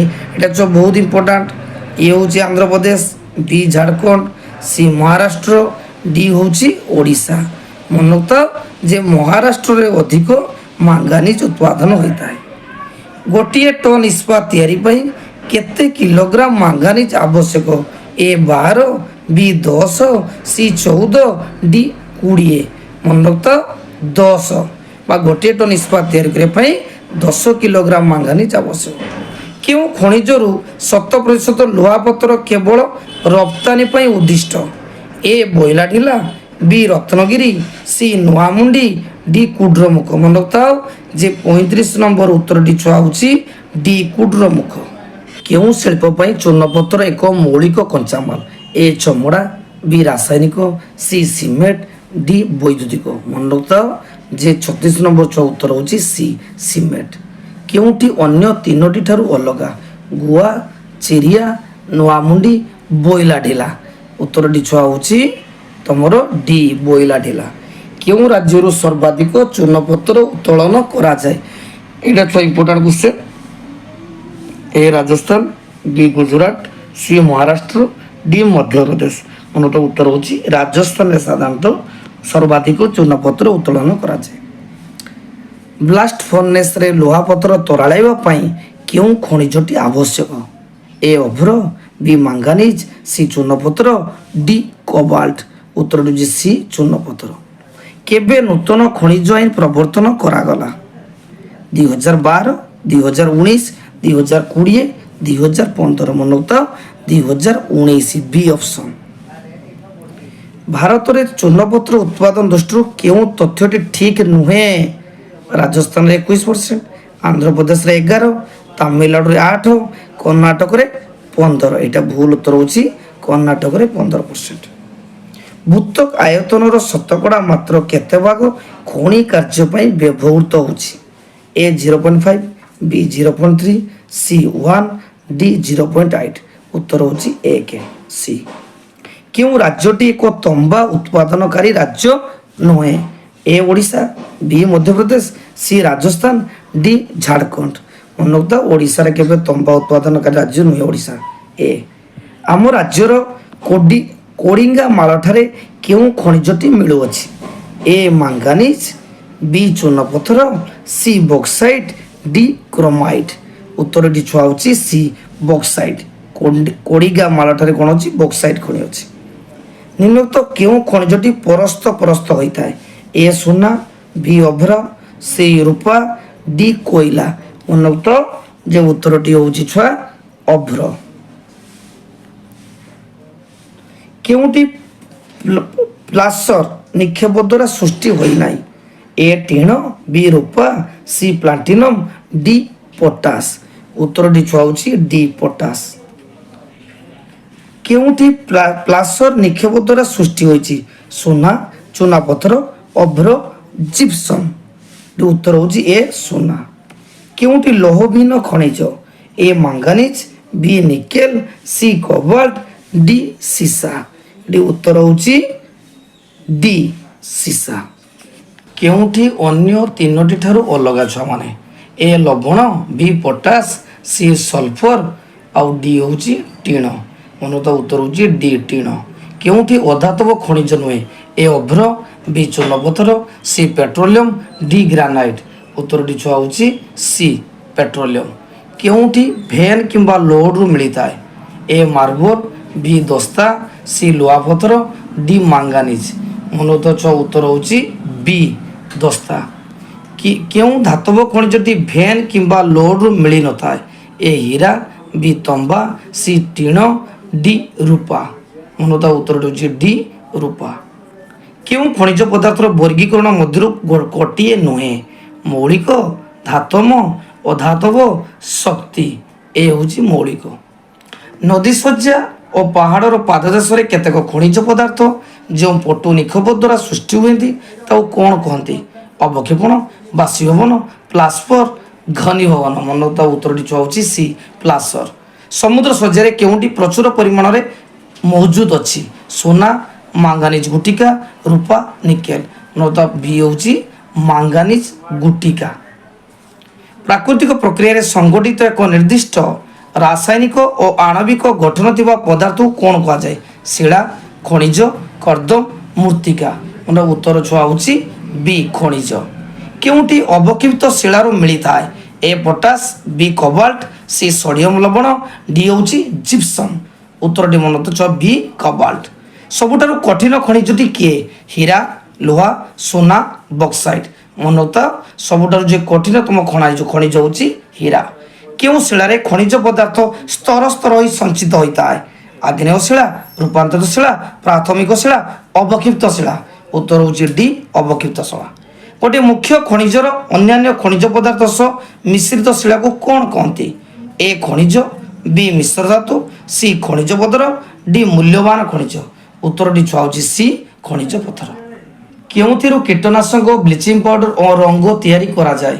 ଏ ଚୂନପଥର, ବି କ୍ରୋମାଇଟ୍, ସି ମାଙ୍ଗାନିଜ, ଡି ହେଲା ବକ୍ସାଇଟ୍। ଉତ୍ତର ଛୁଆ ହେଉଛି ସି ମାଙ୍ଗାନିଜ। ମାଙ୍ଗାନିଜ ଉତ୍ପାଦନ ଦୃଷ୍ଟିରୁ କେଉଁ ଯୋଡ଼ିଟି ଅଲଗା? ମଧ୍ୟପ୍ରଦେଶ 27.59, ଓଡ଼ିଶା 24, ମହାରାଷ୍ଟ୍ର 30.19, ଆନ୍ଧ୍ରପ୍ରଦେଶ 13। ଛୁଆ କେଉଁଟା ଅଲଗା ଅଛି? এটা ଛୁଆ বি অপশন মহারাষ্ট্র 30.19। বইলাডিলা খনি অঞ্চলରୁ কেউ বন্দর দেই লুহাপথর জাপান ও দক্ষিণ কোরিয়াକୁ রপ্তানি ହୋଇଥାଏ? A Mangalore, B Ennore, C Chennai, D Visakhapatnam. মনত ছুয়া বিশাখাপাটনা। কেউ বন্দর মাধ্যমে রত্নগিরি খনি অঞ্চলর লুহাপথর রপ্তানি করা যায়? A Paradip, B Mangalore, C Marmagao, D ହେଲା মুম্বাই। মনত উত্তরটা হচ্ছে সি মারমাগাঁও। বেলারি, চিত্রদুর্গ ও চিকমাগালুর ও টুমকুল লৌহ বলয় মধ্যে কেউ লুহা খনিটি অবস্থিত? A Kudremukh, D Ratnagiri, C Bailadila, D হচ্ছে চিরিয়া। মনত উত্তর হচ্ছে এ কুড্রমুখ। ভারতের বক্সাইট উৎপাদন তথ্য অনুসারে কোটা ঠিক নুহে? ওড়িশার 49%, গুজরাটে 24, ঝাড়খণ্ডে 12, ডিরে ছত্তিশগড় মহারাষ্ট্রে 8। উত্তর হচ্ছে সিটা ভুল হচ্ছে, ঠিক নাই আমার ভুল হচ্ছে ঝাড়খণ্ড 12। ଆମେ 67 ନମ୍ବରକୁ ଯିବା। ଆଲୁମିନିୟମ ଏକ ଗୁରୁତ୍ୱପୂର୍ଣ୍ଣ ଧାତୁ ଭାବେ ବିବେଚିତ ହେବାରେ କେଉଁ କାରଣଟି ସମର୍ଥନ କରୁନାହିଁ? ଏ ଲୁହା ପରି ଶକ୍ତ, ବି ଓଜନଦାର, ସି ତାପସ ପରିବାହୀ, ଡି ହେଉଛି ହାଲୁକା। ଏଟା ଛଅ ଉତ୍ତର ହେଉଛି ବି ଓଜନଦାର। କୋରାପୁଟ ଜିଲ୍ଲାର କେଉଁଠାରେ ବକ୍ସାଇଟ୍ ଖଣି ଅଛି? ଏ ନାରାୟଣପାଟଣା, ବି ପଟାଙ୍ଗୀ, ସି ନନ୍ଦପୁର, ଡି ହେଉଛି ପଞ୍ଚପଟମାଳୀ। ମନତା ଉତ୍ତର ହେଉଛି ସି ଡି ପଞ୍ଚପଟମାଳୀ। କେଉଁଟି ସବୁଠାରୁ ଉନ୍ନତ ମାନର ଲୌହ ପିଣ୍ଡ? ଏ ମାଗ୍ନାଇଟ୍, ବି ହେମାଟାଇଟ୍, ସି ଲିମୋନାଇଟ୍, ଡି ସିଡେରାଇଟ୍। ମନେ ରଖୁଥାଅ ଯେ 69 ନମ୍ବର ଉତ୍ତର ହେଉଛି ମାଗ୍ନେଟାଇଟ୍ ଏ। ଶିଳ୍ପ କ୍ଷେତ୍ରରେ କେଉଁ ଲୁହାପଥର ସବୁଠାରୁ ଅଧିକ ବିନିଯୁକ୍ତ ହୋଇଥାଏ? ଏ ଲିମୋନାଇଟ୍, ଡି ସିଡେରାଇଟ୍, ସି ମାଗ୍ନେଟାଇଟ୍, ଡି ହେମାଟାଇଟ୍। ଉତ୍ତର ହେଉଛି ଡି ହେମାଟାଇଟ୍। ଭାରତରେ 2018 ମସିହାରେ କେତେ ଟନ୍ ଲୁହାପଥର ଉତ୍ପାଦିତ ହୋଇଥିଲା? ଏ 150 ନିୟୁତ, ବି 210 ନିୟୁତ, ସି 235 ଲକ୍ଷ, ଡି 315 ଲକ୍ଷ। ମନେ ରଖ ଏଟା ଉତ୍ତରଟି ହେଉଛି ବି 210 ନିୟୁତ। ମାଗ୍ନେଟାଇଟ୍ ଲୌହପିଣ୍ଡ କେଉଁ କାରଣରୁ ବିଦ୍ୟୁତ ଶିଳ୍ପରେ ନିୟୋଜିତ ହୋଇଥାଏ? ଏ ସୁପରିବାହୀ, ବି ଶକ୍ତ, ସି ଉତ୍କୃଷ୍ଟ ଚୁମ୍ବକୀୟ ଗୁଣ, ଡି ପ୍ରସାରଣଶୀଳ। ମନେ ରଖ 72 ନମ୍ବର ଉତ୍ତର ଛୁଆ ହେଉଛି ବି ଶକ୍ତ। ହେମାଟାଇଟ୍ ଲୌହପିଣ୍ଡରେ ଶତକଡ଼ା କେତେ ଭାଗ ଲୁହା ଥାଏ? ଏ 50ରୁ 60, ବି 70, ସି 65, ଡି 70ରୁ 80। ମନେ ରଖ ଉତ୍ତର ହେଉଛି ଏ 50ରୁ 60। ମାଗ୍ନେଟାଇଟ୍ ଲୌହପିଣ୍ଡରେ ଶତକଡ଼ା କେତେ ଭାଗ ଲୁହା ଥାଏ? ଏ 60, ବି 70, ସି 80 ଆଉ ଡି ହେଉଛି 90। ମନେ ରଖୁଥାଉ ଛୁଆ ଯେ 74 ନମ୍ବର ଉତ୍ତର ଛୁଆ ହେଉଛି ବି କେତେ 70। ରାଜ୍ୟ ଓ ତମ୍ବା ଖଣି ଦୃଷ୍ଟିରୁ କେଉଁ ଯୋଡ଼ିଟି ଭୁଲ ଅଛି? ମଧ୍ୟପ୍ରଦେଶ ବାଲାଘାଟ, ରାଜସ୍ଥାନ କ୍ଷେତ୍ରୀ, ଝାଡ଼ଖଣ୍ଡ ସିଂହଭୂମି, ଆନ୍ଧ୍ରପ୍ରଦେଶ ନେଲ୍ଲୋର। ଉତ୍ତର ହେଉଛି 75 ନମ୍ବର ଛୁଆ ଡି ଆନ୍ଧ୍ରପ୍ରଦେଶ ନେଲ୍ଲୋର। ଦାନ୍ତରେ ଛିଦ୍ର ନ ହେବା ପାଇଁ କ'ଣ ବ୍ୟବହାର କରାଯାଏ? ଫ୍ଲୋରାଇଡ୍, ରୁଟାଇଲ୍, ଇଲମେନାଇଟ୍ ବା ଟସୋଇଟାଇମ୍। 76 ନମ୍ବର ଛୁଆ ଉତ୍ତର ହେଉଛି ଏ ଫ୍ଲୋରାଇଡ୍। ଦାନ୍ତ ଘଷା ବ୍ରଶ ଓ ପେଷ୍ଟ ମିଶିଥିବା ଟ୍ୟୁବ୍ କେଉଁଥିର ତିଆରି? ସିଲିକନ୍, ଛିଣ୍ଡାକନା, ପେଟ୍ରୋଲିୟମ, ଚୁନପଥର। 77 ନମ୍ବର ଛୁଆ ଉତ୍ତର ହେଉଛି ସି ପେଟ୍ରୋଲିୟମ। ବିଦ୍ୟୁତ ବଲ୍ବର ଉପର କାଚ କେଉଁଥିରେ ତିଆରି? ଏ କୋଇଲା, B silicon, C aluminium, D platinum. ଉତ୍ତର ହେଉଛି ଛୁଆ ସିଲିକନ୍। ନିମ୍ନଲିଖିତ ମଧ୍ୟରୁ କେଉଁଟି ରୁଟାଇଲ୍ ଓ ଇଲମେନାଇଟ୍ ନାମକ ଖଣିଜରୁ ମିଳେ? ଏ ଟାଇଟାନିୟମ୍, ବି ରେଡିୟମ୍, ସି ହୀରା, ସିଲିକନ୍। ଉତ୍ତରଟି ଛୁଆ ହେଉଛି 79 ନମ୍ବର ଏ ଟାଇଟାନିୟମ୍। ଖଣିଜ ପଦାର୍ଥର ସୃଷ୍ଟି ପାଇଁ ନିମ୍ନଲିଖିତ ମଧ୍ୟରୁ କେଉଁଟିର ଭୂମିକା ଅତ୍ୟନ୍ତ ଗୁରୁତ୍ୱପୂର୍ଣ୍ଣ ନୁହେଁ? ଏ ଭୂତାତ୍ତ୍ୱିକ ସଂରଚନା, ସି ଭୂତାତ୍ତ୍ୱିକ ପ୍ରକ୍ରିୟା, ସି ସମୟର ଭୂମିକା, ଡି ବୃଷ୍ଟିପାତର ପରିମାଣ। 80 ଉତ୍ତର ଛୁଆ ହେଉଛି ଡି ବୃଷ୍ଟିପାତର ପରିମାଣ। ନିମ୍ନଲିଖିତ ମଧ୍ୟରୁ କେଉଁଟି ବନ୍ୟପ୍ରାଣୀ ନୁହେଁ? ପଶୁ, ପକ୍ଷୀ, ସାପ, ଗାଈ। ଉତ୍ତରଟି ପିଲାମାନେ ହେଉଛି ଯେ ଗାଈ। ବନ୍ୟପ୍ରାଣୀମାନେ ଜୈବମଣ୍ଡଳରେ କ'ଣ ସୃଷ୍ଟି କରିଥାନ୍ତି? ଏ ଅଜୈବ ବିବିଧତା, ବି ଜୈବ ବିବିଧତା, ସି ପାଣି ଜଗତ, ଡି ଜୀବ ଜଗତ। ଉତ୍ତରଟି ଛୁଆ ହେଉଛି ବି ଜୈବ ବିବିଧତା। ବନ୍ୟପ୍ରାଣୀ ସମ୍ବଳ ନିମ୍ନଲିଖିତ ସମ୍ବଳ ଗୁଡ଼ିକ ମଧ୍ୟରୁ କେଉଁ ସମ୍ବଳର ଅନ୍ତର୍ଗତ? ଏ ଅକ୍ଷୟ ସମ୍ବଳ, ବି କ୍ଷୟଶୀଳ ସମ୍ବଳ, ସି ସାଂସ୍କୃତିକ ସମ୍ବଳ, ଡି ହେଉଛି ବିକଶିତ ସମ୍ବଳ। ଉତ୍ତର ହେଉଛି ଅକ୍ଷୟ ସମ୍ବଳ ଏ। ନିମ୍ନଲିଖିତ ମଧ୍ୟରୁ କେଉଁଟି ଜୈବ ବିବିଧତା ଗଠନର ଏକ ଉପାଦାନ ନୁହେଁ? ଏ ଜୀବଭୂତତ୍ୱ ରାସାୟନିକ ଚକ୍ର, ବି ଶକ୍ତି ପ୍ରବାହ, ସି ଖାଦ୍ୟ ଶୃଙ୍ଖଳ, ଡି ଭକ୍ଷକ। ଉତ୍ତରଟା ହେଉଛି 4 ନମ୍ବର ଡି ଭକ୍ଷକ। ପରିସଂସ୍ଥାରେ ଶକ୍ତି ପ୍ରବାହ, ଉତ୍ପାଦିକତା, ସ୍ୱଚ୍ଛତା ତଥା ସନ୍ତୁଳନ କିଏ ରକ୍ଷା କରିଥାଏ? ଖାଦ୍ୟ ଶୃଙ୍ଖଳ, ଶକ୍ତି ପ୍ରବାହ, ଜୈବ ପିରାମିଡ୍, ଖାଦ୍ୟ ଚାଲି। ଉତ୍ତରଟା ଛୁଆ ହେଉଛି ଜୈବ ପିରାମିଡ୍। ଭୂପୃଷ୍ଠର କୌଣସି ଅଞ୍ଚଳର ପ୍ରାକୃତିକ ଉଦ୍ଭିଦ, ପ୍ରାଣୀ, ଅନ୍ୟାନ୍ୟ ଜୀବଜନ୍ତୁ ଓ ପରିସଂସ୍ଥାର ସମଷ୍ଟିକୁ କ'ଣ କୁହାଯାଏ? ଏ ପିରାମିଡ୍, ବି ପୋଷକ ଚକ୍ର, ସି ଖାଦ୍ୟ ଶୃଙ୍ଖଳ, ଡି ଜୈବ ବିବିଧତା। ଉତ୍ତର ହେଉଛି ଡି ଜୈବ ବିବିଧତା। নিম্নলিখিত ମଧ୍ୟରୁ କେଉଁଟି ଜୈବ ବିବିଧତାର ଅନ୍ତର୍ଭୁକ୍ତ ନୁହେଁ? ଏ ଜିନୀୟ ଜୈବ ବିବିଧତା, ବି ଜାତି ବିବିଧତା, ସି ପରିସଂସ୍ଥୀୟ ଜୈବ ବିବିଧତା, ଡି ପ୍ରାକୃତିକ ଜୈବ ବିବିଧତା। ମନୋଜ ଉତ୍ତରଟି ହେଉଛି 7 ଡି ପ୍ରାକୃତିକ ଜୈବ ବିବିଧତା।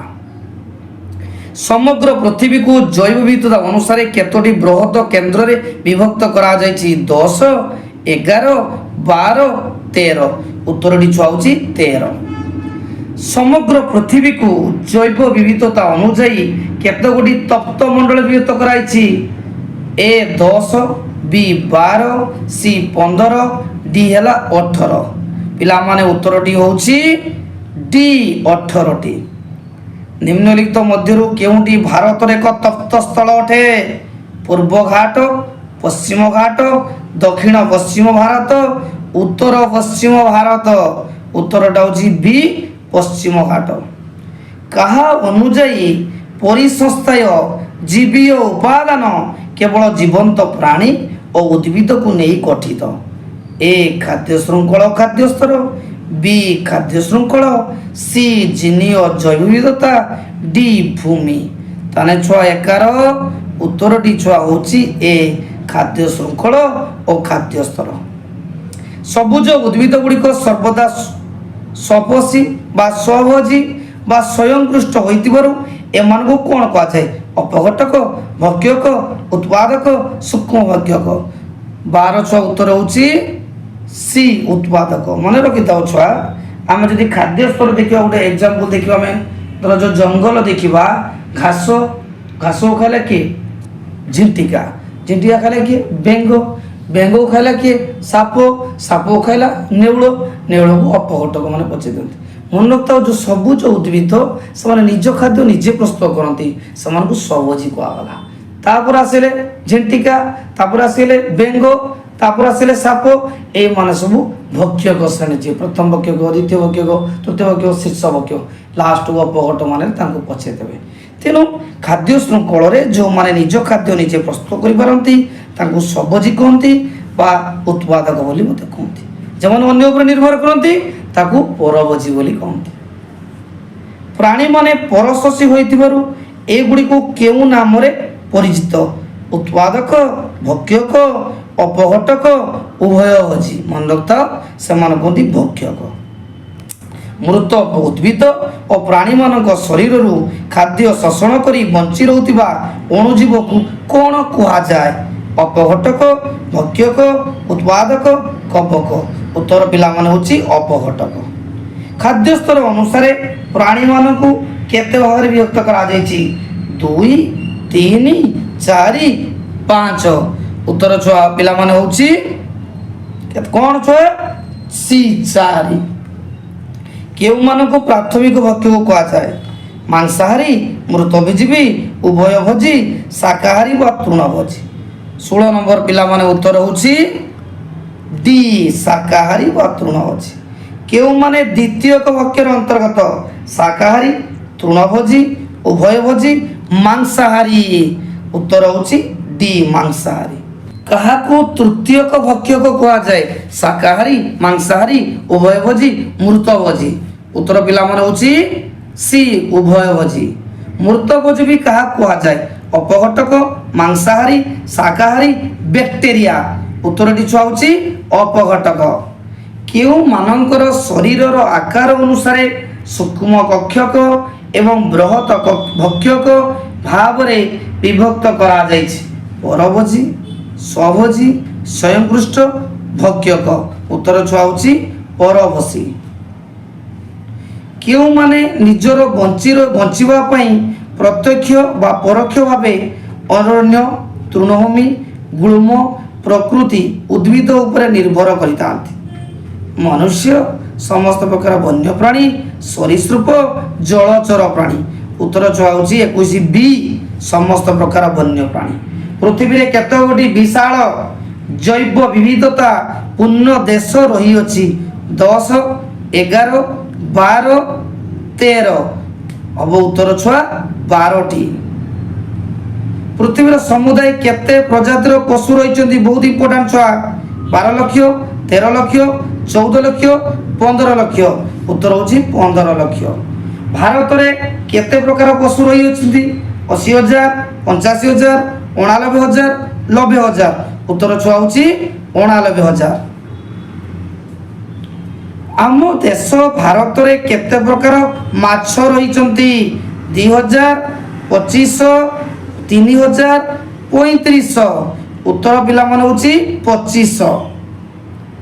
भारत रे केते प्रकार उद्भिद देखा जाती 45,000 ऊर्ध्व 50,000 ऊर्ध्व 40,000 कम 35,000 ऊर्ध्व। उत्तर पिला मन होची 45,000 ऊर्ध्व। भारत को केते गोटी प्राणी भौगोलिक अंचल रे विभक्त कराई 3 4 5 6। उत्तर पिला मन होची 6टी।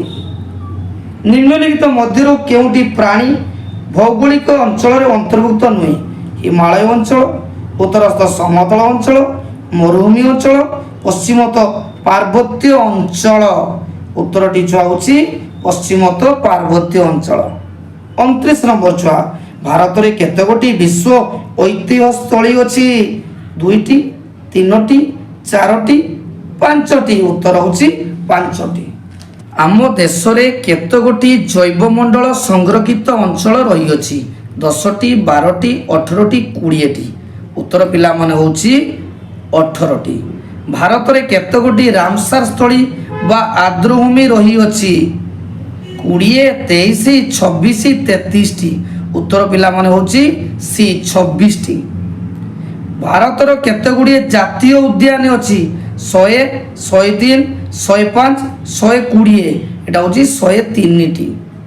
भारत रे केते गोटी अभयारण्य रहिछि? 500 520 535 540। एटा होची हमर उत्तर होची 535टी। भारत रे थिबा जातीय उद्यान एवं अभयारण्य केते वर्ग किलोमीटर परिमित अंचल उपरे परिव्याप्त? 1.53 लाख वर्ग किलोमीटर, 1.30 लाख वर्ग किलोमीटर, 1.45 लाख वर्ग किलोमीटर आउ 1.63 लाख वर्ग किलोमीटर। उत्तर होची 1.53 वर्ग किलोमीटर। 35 नंबर पिला हमरा क्वेश्चन भारत पृथ्वीर समुदाय आयतन रे केते शतांश अटे? 2.1 2.2 2.3 2.4। उत्तर होची 2.4। भारतर जैव विविधता पृथ्वीर जैव विविधतार केते शतांश अटे? 6.5 7.3 8.2 6.3। उत्तर होची 7.3। भारत रे समुदाय केते प्रकार जीव जंतु अछंती? 80,451 82,561 89,451 90,102। उत्तरटी पिला माने होची 89,451। भारत रे माछ प्रजातिर संख्या केते? 2500 2546 2802 2705। उत्तर पिला माने होची 2546। भारतर केउ जलवायु रे अर्ध चिरहरित अरण्य और पर्णमोची अरण्य देखा जाए? क्रांतीय उष्ण आर्द्र जलवायु, नातिशीतोष्ण मंडलीय जलवायु, उष्ण आर्द्र जलवायु, भूमध्य रेखीय जलवायु। उत्तर छुआउची क्रांतीय उष्ण आर्द्र जलवायु। भारत रे मोलुस्का प्रजाति केते प्रकारर? 5,000 5,050 5,070 5,080। उत्तर होची 5,070। निम्नलिखित पशु मानक मध्यरु केउ पशु आसाम केरल कर्णाटक आंध्र प्रदेश ओडिशा झारखंड प्रभृति राज्य रे अनेक संख्यार बसवास करती? बाघ सिंह आउ छुआ अछि गंडा हाथी। उत्तरटी छुआ होची 41 नंबर। उत्तर छुआ होची डी हाथी। किम कॉर्बेट जातीय उद्यान भारतर केउ राज्य रे देखा जाए? ओडिशा उत्तराखंड बिहार ओडिशा। उत्तर छुआ होची 42 नंबर होची कॉर्बेट जातीय उद्यान साधारणतः उत्तराखंड रे अछि। बाघ पई प्रसिद्ध पिला माने। गुजरात रो अभयारण्य केउ जातीय पशु पई रही अछि? सिंह भालू बाघ गयळ। एटा उत्तर होची छुआ सिंह। भारत रे कान्हा जातीय उद्यान केउ ठार रही अछि? मध्य प्रदेश उत्तर प्रदेश अरुणाचल प्रदेश छत्तीसगढ़। उत्तर छुआ होची मध्य प्रदेश। भारत रे केवला ଦେଓ ଘାନା ଜାତୀୟ ଉଦ୍ୟାନ କେଉଁ ରାଜ୍ୟରେ ଅଛି? ଗୁଜୁରାଟ, ରାଜସ୍ଥାନ, ଉତ୍ତରାଖଣ୍ଡ, କେରଳ। ମନୋଜ ଉତ୍ତର ହେଉଛି ବି ରାଜସ୍ଥାନ। କାଙ୍ଗେର ଉପତ୍ୟକା ଜାତୀୟ ଉଦ୍ୟାନ ଭାରତର କେଉଁ ରାଜ୍ୟରେ ଅବସ୍ଥିତ? ଅରୁଣାଚଳ ପ୍ରଦେଶ, ତ୍ରିପୁରା, ଛତିଶଗଡ଼, ମଧ୍ୟପ୍ରଦେଶ। এটা ହେଉଛି ଛତିଶଗଡ଼। ତାପରେ ସାଇଲେଣ୍ଟ ଭ୍ୟାଲି ଜାତୀୟ ଉଦ୍ୟାନ କେଉଁଠାରେ ଅଛି? ପିଲାମାନେ ମନେ ରଖିଥାଅ, ସାଇଲେଣ୍ଟ ଭ୍ୟାଲି ଜାତୀୟ ଉଦ୍ୟାନ କେଉଁଠାରେ ଅଛି?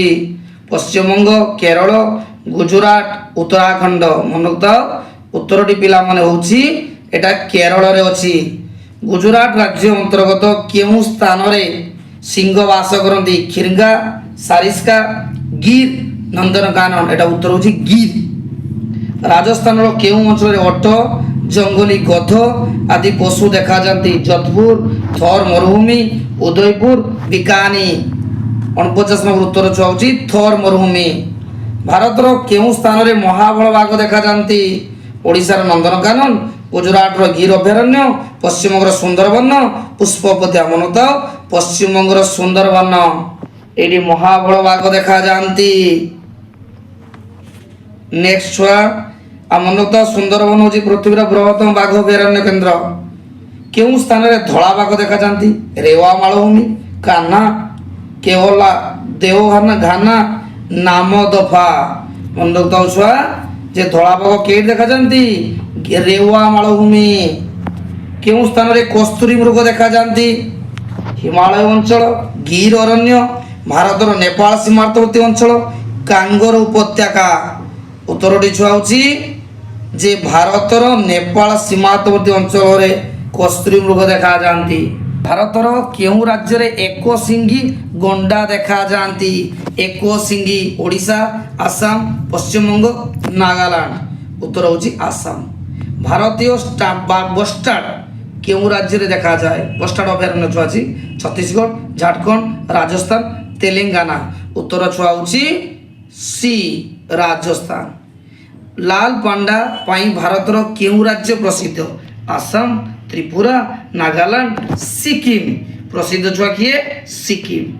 ଭାରତର କେଉଁ ସ୍ଥାନରେ ହୁଲ୍କେ ଗିବନ୍ ବା ବଣ ମଣିଷ ଦେଖାଯାନ୍ତି?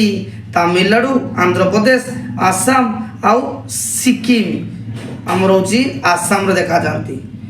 କେଉଁଠି ହରିଣ ନୁହେଁ? ହଙ୍ଗୁଲ, ଦଳଦଳି, ଚିତ୍ତଳ, ହୁଲ୍ ଗିବନ୍। ଉତ୍ତର ହେଉଛି ହୁଲ୍ ଗିବନ୍। ନିମ୍ନଲିଖିତ ପ୍ରାଣୀମାନଙ୍କ ମଧ୍ୟରୁ କେଉଁଟି ମାଙ୍କଡ଼ ଶ୍ରେଣୀର ନୁହେଁ?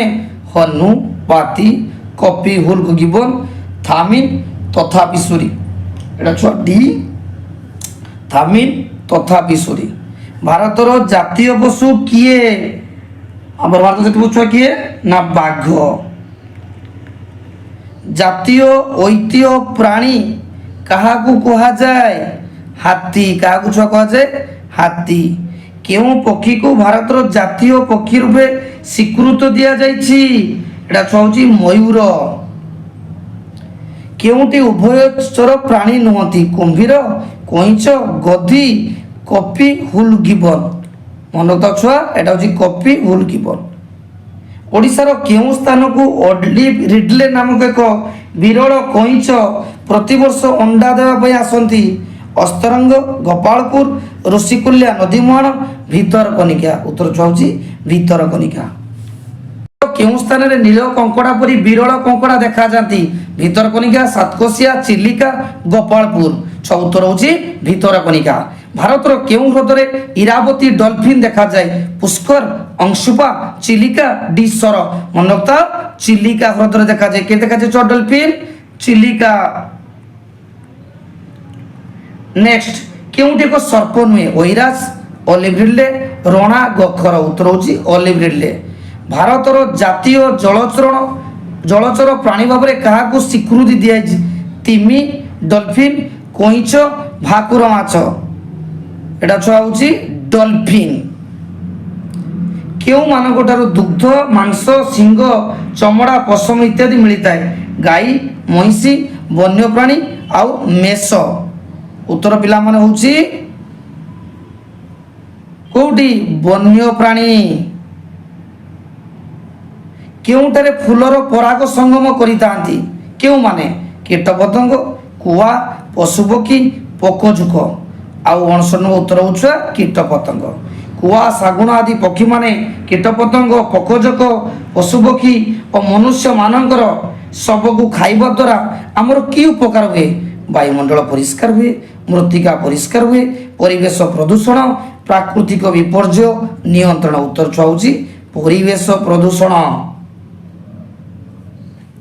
ଜନସଂଖ୍ୟା ବୃଦ୍ଧି, ସହରୀକରଣ, ଶିଳ୍ପାୟନ, କୃଷି କ୍ଷେତ୍ରରେ କୀଟନାଶକ ଔଷଧ ଓ ରାସାୟନିକ ସାର ପ୍ରୟୋଗ, ଅରଣ୍ୟକ୍ଷୟ, ଜଳବାୟୁ ପରିବର୍ତ୍ତନ ଯୋଗୁଁ କାହାର ସଂଖ୍ୟା ହ୍ରାସ ପାଉଛି? ଉଦ୍ଭିଦ, ବନ୍ୟପ୍ରାଣୀ, ପୋକଜୋକ, କୀଟ ପତଙ୍ଗ। ମନେ ରଖିଥାଅ, ବର୍ତ୍ତମାନ ଆମର ବନ୍ୟପ୍ରାଣୀ ହ୍ରାସ ପାଉଛି। ନିଆଁ ଲାଗିବା, ଭୂମିକମ୍ପ ହେବା, ବନ୍ୟା, ମରୁଡ଼ି ଏବଂ ମନୁଷ୍ୟକୃତ କାରଣରୁ ଅରଣ୍ୟରେ କ'ଣ ଘଟିଥାଏ? ଉଦ୍ଭିଦ ସଂଖ୍ୟା ହ୍ରାସ ହୁଏ, ଔଷଧୀୟ ସାମଗ୍ରୀ ହ୍ରାସ ହୁଏ, ବନ୍ୟପ୍ରାଣୀ ସଂଖ୍ୟା ହ୍ରାସ ହୁଏ, ଜଳସ୍ତର ହ୍ରାସ ହୁଏ। ଉତ୍ତର ହେଉଛି ସି, ବନ୍ୟପ୍ରାଣୀଙ୍କ ସଂଖ୍ୟା ହ୍ରାସ ହୁଏ। କେଉଁ ଋତୁରେ ଜଙ୍ଗଲରେ ନିଆଁ ଲାଗି ଅରଣ୍ୟର ବୃକ୍ଷଲତା ଏବଂ ଜୀବଜନ୍ତୁ ମଧ୍ୟ ଧ୍ୱଂସ ପାଇଥାନ୍ତି? ଶୀତ ଋତୁ, ଗ୍ରୀଷ୍ମ ଋତୁ, ଶରତ ଋତୁ ଆଉ ବସନ୍ତ ଋତୁ। ଛୁଆ ଉତ୍ତର ହେଉଛି ଗ୍ରୀଷ୍ମ ଋତୁ। କୁକୁଡ଼ା, ବତକ, କଇଁଛ ଇତ୍ୟାଦିଙ୍କର ଅଣ୍ଡାକୁ ଖାଦ୍ୟ ରୂପେ ଅଧିକାଧିକ ବ୍ୟବହାର କାହିଁକି ଉଚିତ ନୁହେଁ? ଅଧିକ ପୁଷ୍ଟିସାର ସ୍ୱାସ୍ଥ୍ୟ ପାଇଁ କ୍ଷତିକାରକ, ଜୀବହତ୍ୟା ମହାପାପ, ସେମାନଙ୍କ ବଂଶବୃଦ୍ଧିରେ ବ୍ୟାଘାତ, ବିଭିନ୍ନ ରୋଗ ସୃଷ୍ଟିର କାରଣ। ଉତ୍ତର ହେଉଛି ସେମାନଙ୍କ ବଂଶବୃଦ୍ଧିରେ ବ୍ୟାଘାତ। କାହାର ପର ବିଭିନ୍ନ ଲୋଭନୀୟ ବସ୍ତୁ ପ୍ରସ୍ତୁତ କରିବା ପାଇଁ ଏବଂ ବିଭିନ୍ନ ଧାର୍ମିକ ଅନୁଷ୍ଠାନରେ ବ୍ୟବହାର କରାଯାଏ? ଶୁଆ, ପାରା, ପେଙ୍ଗୁଇନ, ମୟୂର। ଉତ୍ତର ହେଉଛି ମୟୂର। ବାସସ୍ଥଳୀର ଭୌତିକ ପରିବର୍ତ୍ତନ, ରୂପାନ୍ତରଣ, ବିଖଣ୍ଡନ ଓ ଜନସଂଖ୍ୟା ବୃଦ୍ଧି, ପ୍ରଦୂଷଣ, ବାହ୍ୟଜାତିର ପ୍ରବେଶ, ଶିକାର, ମାନବିକ ହସ୍ତକ୍ଷେପ ଯୋଗୁଁ କ'ଣ ପରିବର୍ତ୍ତନ ଘଟିଥାଏ?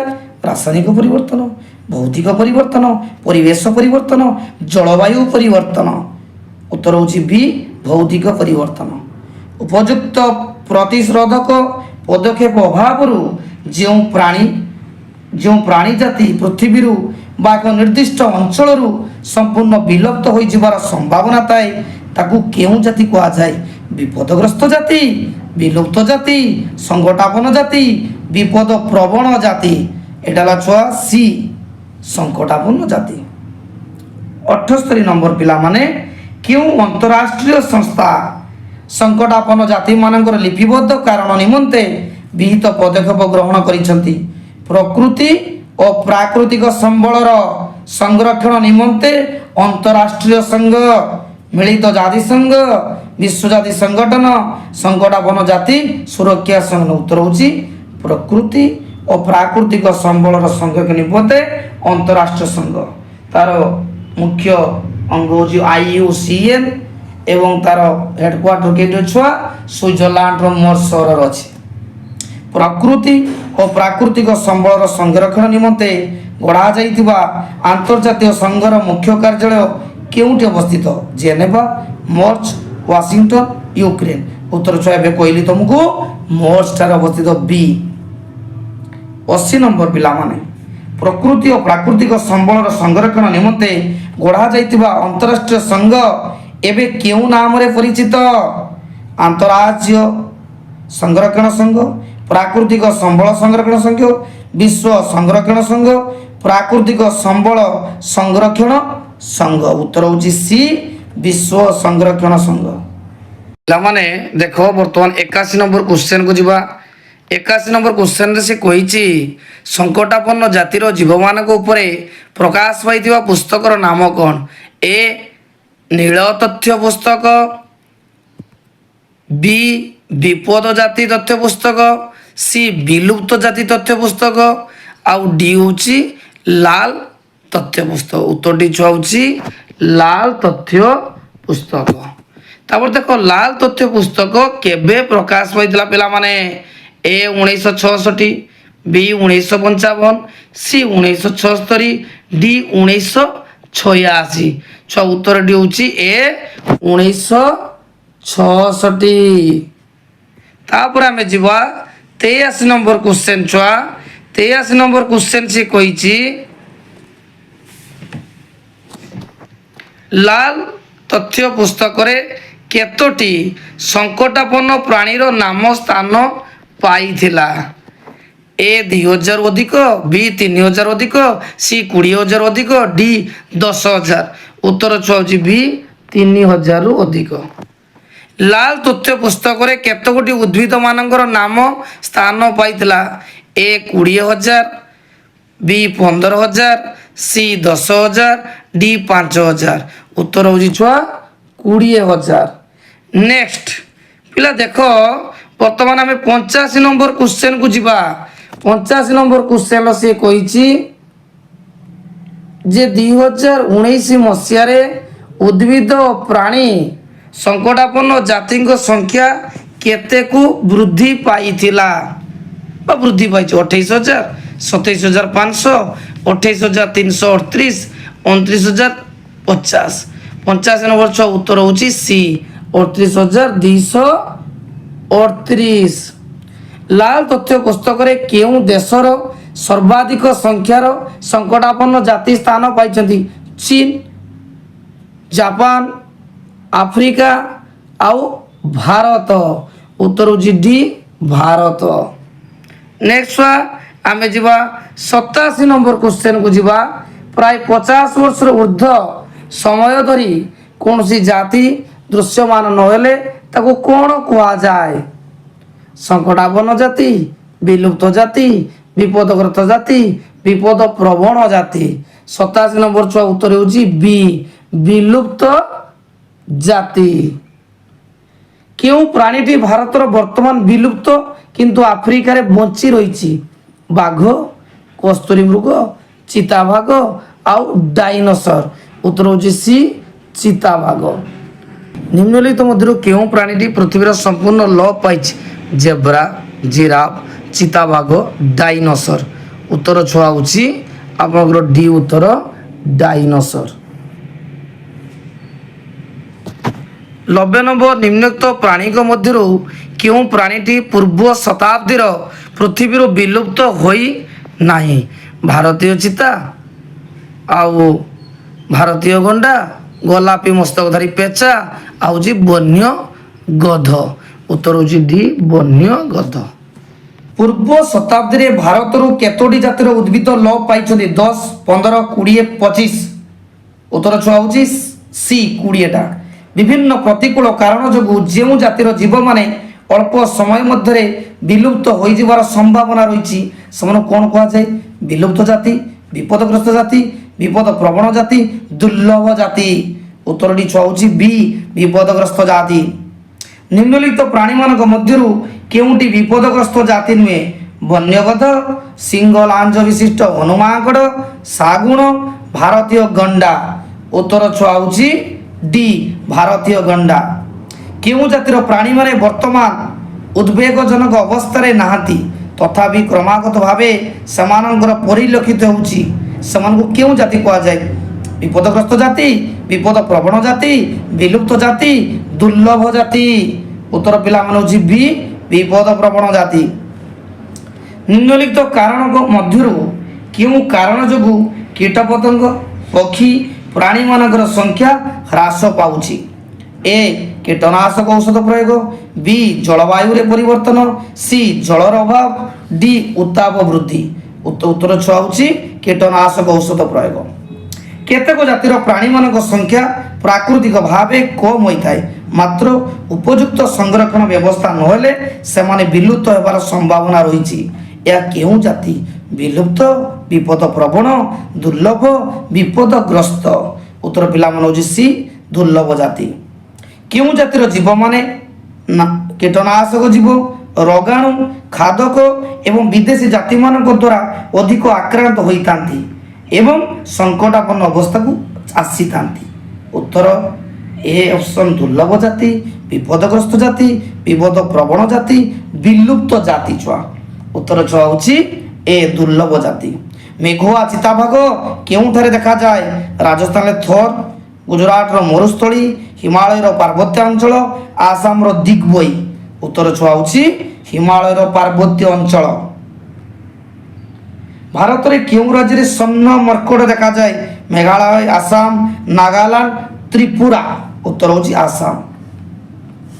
ଲାଲ ତଥ୍ୟ ପୁସ୍ତକ ଅନୁଯାୟୀ ମତ୍ସ୍ୟ ସଂଖ୍ୟା କେତେ?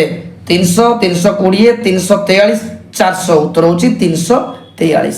ଭାରତରେ କେତେଗୋଟି ବ୍ୟାଘ୍ର ପ୍ରକଳ୍ପ ଯୋଜନା କାର୍ଯ୍ୟକାରୀ ହେଉଛି? 20, 22, 25, 27। ଉତ୍ତର ହେଉଛି 27ଟି କାର୍ଯ୍ୟକାରୀ ହେଉଛି। କେତୋଟି ଛୁଆ? 27ଟି।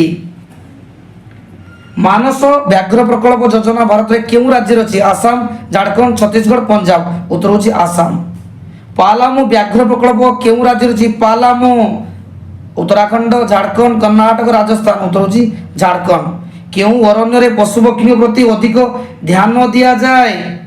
ଅଭୟାରଣ୍ୟ, ସୁରକ୍ଷିତ ଅରଣ୍ୟ, ଜାତୀୟ ଅରଣ୍ୟ, ରାଜ୍ୟ ଅରଣ୍ୟ। ଏଟା ହେଉଛି ଜାତୀୟ ଅରଣ୍ୟ।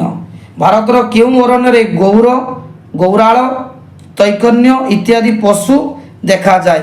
କାଜିରଙ୍ଗା, ଦୁଧୁଆ, କର୍ବେଟ, ନାମଦଫା। ଉତ୍ତର ହେଉଛି ନାମଦଫା। 1996ରେ ଦାର୍ଜିଲିଂରେ ପଦ୍ମଜା ନାଇଡୁ ହିମାଳୟାନ ପ୍ରାଣୀ ଉଦ୍ୟାନ ସ୍ଥାପନ କରାଯାଇ କେଉଁ ପ୍ରାଣୀମାନଙ୍କୁ ସଂରକ୍ଷଣ କରାଯାଇଛି? ବାଘ, ସିଂହ, ପାଣ୍ଡା ଆଉ ବାରସିଙ୍ଗା। ଉତ୍ତର ହେଉଛି ପାଣ୍ଡା। ନିମ୍ନଲିଖିତ ସ୍ଥାନଗୁଡ଼ିକ ମଧ୍ୟରୁ କେଉଁଟି ପକ୍ଷୀ ବିହାର ନୁହେଁ? ବାଘ ପକ୍ଷୀ ବିହାର ଛୁଆ ନୁହେଁ, ସରି। ଚିଲିକା, ମଧୁମଲାଇ, ରତାମ୍ବର, ବେଦାନ୍ତଗୁଲା। ଉତ୍ତର ଛୁଆ ଅଛି ବି ମଧୁମଲାଇ।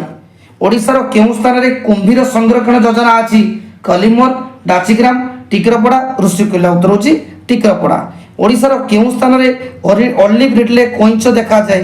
ମହାନଦୀ ମୁହାଣ, ଋଷିକୂଲ୍ୟା ମୁହାଣ, ଚିଲିକା ଆଉ ପାରାଦୀପ। ଉତ୍ତର ଛୁଆ ହେଉଛି ଋଷିକୂଲ୍ୟା ମୁହାଣ। ଗଣ୍ଡାମାନଙ୍କ ପାଇଁ କେଉଁ ଜାତୀୟ ଉଦ୍ୟାନ କାର୍ଯ୍ୟକାରୀ କରୁଛି? ଡାଚିଗ୍ରାମ, ଦୁଧୁଆ, କାଜିରଙ୍ଗା, ମଧୁମଲାଇ। ଉତ୍ତର ହେଉଛି କାଜିରଙ୍ଗା। ମୃତ୍ତିକା ସମ୍ବଳ କାହାର ଏକ ମୂଲ୍ୟବାନ ଦାନ? ଈଶ୍ୱର, ମଣିଷ, ପ୍ରକୃତି, ଜୈବ ସମ୍ବଳ। ମନଥାଉ, ମୃତ୍ତିକା ସମ୍ବଳ ହେଉଛି ପ୍ରକୃତିର ଏକ ମୂଲ୍ୟବାନ ଦାନ। ମୃତ୍ତିକା କି ପ୍ରକାର ପ୍ରାକୃତିକ ସମ୍ବଳ ଅଟେ? ନବୀକରଣ ଯୋଗ୍ୟ, ସଂରକ୍ଷିତ, ବିକଶିତ, ନବୀକରଣ ଅଯୋଗ୍ୟ। ମନଥାଉ, ଉତ୍ତର ହେଉଛି ନବୀକରଣ ଯୋଗ୍ୟ। ଉଭୟ ପ୍ରାଣୀ ଓ ଉଦ୍ଭିଦ ସେମାନଙ୍କର ଖାଦ୍ୟ ପାଇଁ କାହା ଉପରେ ନିର୍ଭର କରନ୍ତି? ଉଦ୍ଭିଦ, କୃଷି, ମୃତ୍ତିକା, ଅରଣ୍ୟ। ଉତ୍ତର ପିଲାମାନେ ହେଉଛି କୃଷି। ମୃତ୍ତିକାର ଅନ୍ୟ ନାମ କ'ଣ ଅଟେ? ବାଲି, ଶିଳା, ପଥର, ମାଟି। ମାଟି। ମୃତ୍ତିକା ଭୂମିର କ'ଣ ଗଠନ କରିଥାଏ? ରେଣୁ, ଭୂପୃଷ୍ଠର ମାଟି, ବାଲିକା ରେଣୁ। ମନୋକ୍ତ ଛୁଆ ପୃଷ୍ଠତର। ନିମ୍ନଲିଖିତ ଉପାଦାନ ଗୁଡ଼ିକ ମଧ୍ୟରୁ ମୃତ୍ତିକା କାହା ଦ୍ୱାରା ଖଣ୍ଡ ବିଖଣ୍ଡିତ ହୋଇନଥାଏ? ଉତ୍ତାପର ହ୍ରାସ ବୃଦ୍ଧି, କାରକ ହିମବାହ, ଉଦ୍ଭିଦ, ଧୀର ପବନ। ଉତ୍ତର ପିଲାମାନେ ହେଉଛି ସି ଉଦ୍ଭିଦ। ଭୂପୃଷ୍ଠତ ଶିଳା ଉତ୍ତାପର ପର୍ଯ୍ୟାୟ, କ୍ରମିକ ହ୍ରାସ ବୃଦ୍ଧି, କାରକ ଓ ହିମବାହର ପ୍ରଭାବ, ଉଦ୍ଭିଦ ଓ ପ୍ରାଣୀ ଓ ମନୁଷ୍ୟମାନଙ୍କ ଦ୍ୱାରା ଖଣ୍ଡ ବିଖଣ୍ଡିତ ହୋଇ କ୍ଷୁଦ୍ର ରେଣୁରେ ପରିଣତ ହେବାକୁ କ'ଣ କୁହାଯାଏ? ପରିବହନ, ନଗ୍ନିଭବନ, ଚୂର୍ଣ୍ଣିଭବନ ଏବଂ କ୍ଷୟକରଣ। ଉତ୍ତର ହେଉଛି ନଗ୍ନିଭବନ। କେଉଁଠି ମୃତ୍ତିକା ଗଠନର ମୁଖ୍ୟ ଉପାଦାନ? ସୂକ୍ଷ୍ମ ଶିଳାରେଣୁ, ଜୈବ ପଦାର୍ଥ, ଅଜୈବ ପଦାର୍ଥ, ଆଗ୍ନେୟ ଶିଳା। ଉତ୍ତର ପିଲାମାନେ ହେଉଛି ଆଗ୍ନେୟ ଶିଳା। ଆଗ୍ନେୟ ଶିଳା ଓ ସ୍ତରୀଭୂତ ଶିଳା, ରୂପାନ୍ତରିତ ଶିଳାର ଚୂର୍ଣ୍ଣିଭୂତ ଓ କ୍ଷୟଜାତ ସୂକ୍ଷ୍ମ ରେଣୁଗୁଡ଼ିକ ଜଳ, ବାୟୁ, କ୍ଷୟଜାତ ଜୈବାଂଶ ଓ ଖଣିଜ ପଦାର୍ଥ ସହିତ ମିଶି ଭୂମି ଉପରେ ସୃଷ୍ଟି କରୁଥିବା ପତଳା ଆବରଣକୁ କ'ଣ କୁହାଯାଏ? ବାଲିକା ରେଣୁ, ମୃତ୍ତିକା, ଯୌଗିକ ପଦାର୍ଥ, ରୂପାନ୍ତରିତ ଶିଳା। ଉତ୍ତର ହେଉଛି ଡି ରୂପାନ୍ତରିତ ଶିଳା। ମୃତ୍ତିକା କି ପ୍ରକାର ପଦାର୍ଥ ଅଟେ? ମୌଳିକ, ଜଟିଳ, ଯୌଗିକ, କଠିନ। ଉତ୍ତର ହେଉଛି ପିଲାମାନେ ହେଉଛି ବି ଜଟିଳ। ଏବେ ଛୁଆ ଯିବ 11 ନମ୍ବର। ମୃତ୍ତିକା ଗଠନ କି ପ୍ରକାର ପ୍ରକ୍ରିୟା ଅଟେ? ସରଳ, ଜଟିଳ, ଧୀର, କ୍ଷିପ୍ର। ଉତ୍ତର ପିଲାମାନେ ହେଉଛି ସି ଧୀର। ବାଲି, ମାଟି, କର୍ଦ୍ଦମ, ପଟୁମାଟି, ବାୟୁ, ଜଳୀୟ ଅଂଶ ଓ ଜୈବାଂଶର ମିଶ୍ରଣରେ କ'ଣ ଗଠିତ ହୋଇଥାଏ? ଶିଳା, ପଥର, ବାଲୁକା, ମୃତ୍ତିକା। ଉତ୍ତର ହେଉଛି ଶିଳା। କେଉଁଠି ମୃତ୍ତିକା ଗଠନ ଏକ କାରକ ବା ନିୟାମକ ନୁହେଁ? ଶିଳାରେଣୁ, ପ୍ରାଣୀ, ଜୈବାଂଶ ଆଉ ଜଳବାୟୁ। ଉତ୍ତର ହେଉଛି ପିଲାମାନେ ଶିଳାରେଣୁ। ମୃତ୍ତିକାର ରଙ୍ଗ, ବିନ୍ୟାସ, ରାସାୟନିକ ଗୁଣ, ଖଣିଜ ପଦାର୍ଥ ଓ ଜୈବାଂଶର ପରିମାଣ ଏବଂ ଭେଦ୍ୟତାକୁ କିଏ ପ୍ରଭାବିତ କରିଥାଏ? ଅପସନ୍ ପ୍ରାଥମିକ ଶିଳା, ଶିଳାରେଣୁ, ଖଣିଜ ପିଣ୍ଡ, ଶିଳାର ରାସାୟନିକ ଗୁଣ। ଉତ୍ତର ହେଉଛି ପିଲାମାନେ ସି ଖଣିଜ ପିଣ୍ଡ। ନିମ୍ନଲିଖିତ ମଧ୍ୟରୁ କେଉଁଟି ମୃତ୍ତିକା ଗଠନର ଏକ କାରକ ନୁହେଁ? ପୃଷ୍ଠ ସଂରଚନା, ପୃଷ୍ଠ ଉଚ୍ଚବାଚ, ଜୈବାଂଶ, ବାୟୁ। ଉତ୍ତର ହେଉଛି ପିଲାମାନେ ବି ପୃଷ୍ଠ ଉଚ୍ଚବାଚ। ମୃତ୍ତିକା ସଞ୍ଚୟ ପରିମାଣ ଓ ମୃତ୍ତିକା ସ୍ତରର ଘନତ୍ୱ କିଏ ପ୍ରଭାବିତ କରିଥାଏ? ଭୂ ଉଚ୍ଚବାଚ ସମୟ, ଜଳସ୍ରୋତ, ପ୍ରବାହିତ ବାୟୁ, ନଗ୍ନିଭବନ। ଉତ୍ତର ହେଉଛି ପିଲାମାନେ 16। ଉତ୍ତର ହେଉଛି ସି ପ୍ରଭାବିତ ବାୟୁ। ମୃତ୍ତିକାର କେଉଁ ଉପାଦାନ ଉଦ୍ଭିଦ ପ୍ରାଣୀ ଓ ଅଣୁଜୀବ ଗୁଡ଼ିକ ଦ୍ୱାରା ପ୍ରଭାବିତ ହୋଇଥାଏ? ଶିଳାରେଣୁ, ଜୈବାଂଶ, ରାସାୟନିକ ଗୁଣ, ବିନ୍ୟାସ। ଉତ୍ତର ଛୁଆ ହେଉଛି ବିନ୍ୟାସ। ମୃତ୍ତିକା ଗଠନର କେଉଁଟି ଜଳବାୟୁ ସମ୍ପର୍କତ ନିୟାମକ ନୁହେଁ? ତାପମାତ୍ରା, ବାୟୁ ପ୍ରଭାବ, ବୃଷ୍ଟିପାତ, କରକାପାତ। ଉତ୍ତର ହେଉଛି ପିଲାମାନେ ବାୟୁ ପ୍ରଭାବ। ନଦୀ, ବାୟୁ, ହିମବାହ ଇତ୍ୟାଦି ମାଧ୍ୟମରେ କେଉଁ ମୃତ୍ତିକା ଗଠିତ ହୋଇଥାଏ? ଆଗ୍ନେୟ ଶିଳା, ଅପସୃତ ମୃତ୍ତିକା, ସଞ୍ଚୟ ଜାତି ମୃତ୍ତିକା, କୃଷ୍ଟ ମୃତ୍ତିକା। ଉତ୍ତର ହେଉଛି ପିଲାମାନେ ସଞ୍ଚୟ ଜାତି ମୃତ୍ତିକା। ମୃତ୍ତିକା ସୃଷ୍ଟି କରୁଥିବା ଦୁଇଗୋଟି ପ୍ରକ୍ରିୟା ମଧ୍ୟରୁ ଗୋଟିଏ ପ୍ରାକୃତିକ ବେଳେ ଅନ୍ୟଟି କେଉଁ ପ୍ରକ୍ରିୟା? ବୈଜ୍ଞାନିକ, ରାସାୟନିକ, ପାରମ୍ପରିକ, ଅଣପାରମ୍ପରିକ। ଉତ୍ତର ପିଲାମାନେ ହେଉଛି ଡି ଅଣପାରମ୍ପରିକ। ମୃତ୍ତିକାର ଗଠନ, ସଂରଚନା, ରଙ୍ଗ, ଚିତ୍ରତା ଇତ୍ୟାଦି ଉପରେ ମୃତ୍ତିକାର କେଉଁ ବିଶେଷତ୍ୱ ନିର୍ଭର କରିଥାଏ? ରାସାୟନିକ ବିଶେଷତ୍ୱ, ପ୍ରାକୃତିକ ବିଶେଷତ୍ୱ, କୃତ୍ରିମ ବିଶେଷତ୍ୱ, ଈଶ୍ୱରୀୟ ବିଶେଷତ୍ୱ। ଉତ୍ତର ପିଲାମାନେ ହେଉଛି 21 ନମ୍ବର ଉତ୍ତର ହେଉଛି ବି ପ୍ରାକୃତିକ ବିଶେଷତ୍ୱ। ମୃତ୍ତିକାର ଅମ୍ଳ ଅଂଶ, ଲବଣତା ପ୍ରଭୃତି କେଉଁ ବିଶେଷତ୍ୱ ଉପରେ ନିର୍ଭର କରିଥାଏ? ରାସାୟନିକ ବିଶେଷତ୍ୱ, ପ୍ରାକୃତିକ ବିଶେଷତ୍ୱ, କୃତ୍ରିମ ବିଶେଷତ୍ୱ ଏବଂ ଈଶ୍ୱରୀୟ ବିଶେଷତ୍ୱ। ଉତ୍ତର ହେଉଛି ପିଲାମାନେ ଏ ରାସାୟନିକ ବିଶେଷତ୍ୱ। ବାୟୁରେ ଥିବା କେଉଁ କେଉଁ ଉପାଦାନ ଜଳରେ ମିଶି ଲୁହାପଥର ଓ ଚୂନପଥର ଇତ୍ୟାଦି କ୍ଷୟ କରି ମୃତ୍ତିକାରେ ପରିଣତ କରିଥାଏ? ଯବକ୍ଷାରଜାନ ଅଙ୍ଗାରକାମ୍ଳ, ଆର୍ଗନ୍, ନିଅନ, ଅମ୍ଳଜାନ ଅଙ୍ଗାରକାମ୍ଳ, ନିଅନ ଆଉ ଜଳୀୟ ବାଷ୍ପ। ଉତ୍ତର ହେଉଛି ପିଲାମାନେ ସି ଅମ୍ଳଜାନ ଅଙ୍ଗାରକାମ୍ଳ। ମୃତ୍ତିକାରେ ଯବକ୍ଷାରଜାନ, ପଟାସିୟମ, ମାଗ୍ନେସିୟମ, ଚୂନ, ଲୁହା, ଗନ୍ଧକ ସହିତ ଅନ୍ୟ କେଉଁ ରାସାୟନିକ ପଦାର୍ଥ ରହିଥାଏ? ଯବକ୍ଷାରଜାନ, ଅଙ୍ଗାରକାମ୍ଳ, କ୍ୟାଲସିୟମ, ଫସ୍ଫରସ୍। ଉତ୍ତର ହେଉଛି ପିଲାମାନେ ବି ଅଙ୍ଗାରକାମ୍ଳ। ପ୍ରାଥମିକ ଶିଳାସ୍ତର ବା ଅଚୂର୍ଣ୍ଣଭୂତ ଶିଳାସ୍ତର ଉପରକୁ କେଉଁ ଶିଳାସ୍ତର ରହିଥାଏ? ଜୈବାଂଶ ମୃତ୍ତିକା ସ୍ତର, ଉପମୃତ୍ତିକା ସ୍ତର, ପ୍ରାଥମିକ ଶିଳାର ଚୂର୍ଣ୍ଣୀଭୂତ ସ୍ତର, ଉପର ମୃତ୍ତିକା ସ୍ତର। ଉତ୍ତର ପିଲାମାନେ ସି ପ୍ରାଥମିକ ଶିଳାର ଚୂର୍ଣ୍ଣୀଭୂତ ସ୍ତର। ଗଠନ, ରଙ୍ଗ, ଘନତ୍ୱ, ଶିଳାରେଣୁ, ସମୟ, ରାସାୟନିକ ଗୁଣ ବ୍ୟତୀତ ଅନ୍ୟ କେଉଁ ଗୁଣ ଅନୁସାରେ ମୃତ୍ତିକାକୁ ବିଭିନ୍ନ ପ୍ରକାରରେ ବିଭକ୍ତ କରାଯାଇଛି? ଭୌତିକ ଗୁଣ, ସଂରଚନା, ଚିତ୍ରତା, ଲବଣତା। 26 ନମ୍ବର ଉତ୍ତର ଛୁଆ ହେଉଛି ପିଲାମାନେ ଏ ହେଉଛି ଭୌତିକ ଗୁଣ। ଗଠନଶୈଳୀ ଦୃଷ୍ଟିରୁ ମୃତ୍ତିକାକୁ ଦୁଇଟି ଶ୍ରେଣୀରେ ବିଭକ୍ତ କରାଯାଇଛି। ଗୋଟିଏ ଅପସୃତ ମୃତ୍ତିକା, ଅନ୍ୟଟି କ'ଣ? ପଟୁ, ଅବଶିଷ୍ଟ, ଦରସା, ବାଲିଆ। ଉତ୍ତର ହେଉଛି ବାଲିଆ ମାଟି। ଶୂନ୍ୟଭବନ ପ୍ରକ୍ରିୟାରେ ଶିଳା କ୍ଷୁଦ୍ର ରେଣୁରେ ପରିଣତ ହେବା ଫଳରେ ସେହି ସ୍ଥାନରେ ଜମା ହୋଇ ଯେଉଁ ମୃତ୍ତିକା ସୃଷ୍ଟି କରେ ତାକୁ କେଉଁ ମୃତ୍ତିକା କୁହାଯାଏ? ଉତ୍ତର ହେଉଛି ବି ଦରସା। ଚୂର୍ଣ୍ଣୀଭୂତ ଶିଳା ରେଣୁଗୁଡ଼ିକ ନଦୀ, ବାୟୁ, ହିମବାହ ଇତ୍ୟାଦି ଦ୍ୱାରା ପରିବାହିତ ହୋଇ ଅନ୍ୟ ସ୍ଥାନରେ ସଞ୍ଚିତ ହୋଇ ଯେଉଁ ମୃତ୍ତିକା ସୃଷ୍ଟି କରନ୍ତି ତାକୁ କେଉଁ ମୃତ୍ତିକା କୁହାଯାଏ? ଅପସୃତ, ଅବଶିଷ୍ଟ, ଦରାସା, ମୋଟାଳ।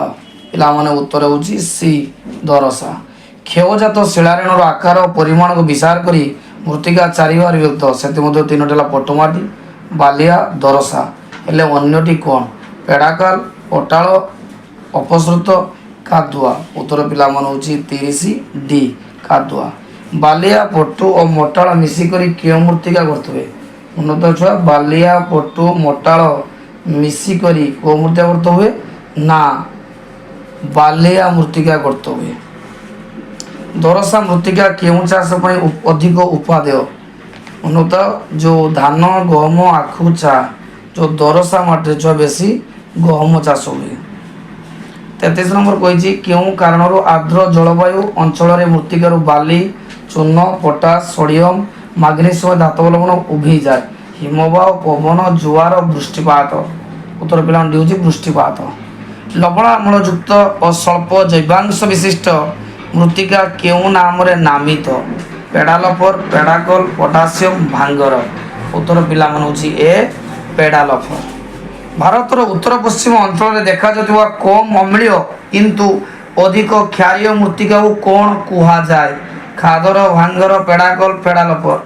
ଉତ୍ତର ପିଲାମାନେ ହେଉଛି ଡି ପେଡ଼ାଲଫର। ଭାରତର କୃଷି ଗବେଷଣା ପରିଷଦ ICAR ବିଭିନ୍ନ ଅଞ୍ଚଳର ଭୂପ୍ରକୃତି, ଜଳବାୟୁ ଓ ପ୍ରାକୃତିକ ଉଦ୍ଭିଦ ଭିତରେ ମୃତ୍ତିକାକୁ କେତେ ଭାଗରେ ବିଭକ୍ତ କରିଛନ୍ତି? 5, 7, 6, ନଅ। ଉତ୍ତର ହେଉଛି ସି 7।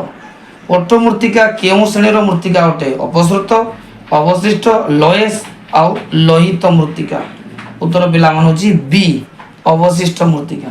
ଭାରତର ସମୁଦାୟ ଆୟତନର ଶତକଡ଼ା କେତେ ଭାଗ ପଟ୍ଟ ମୃତ୍ତିକା ଦେଖାଯାଏ?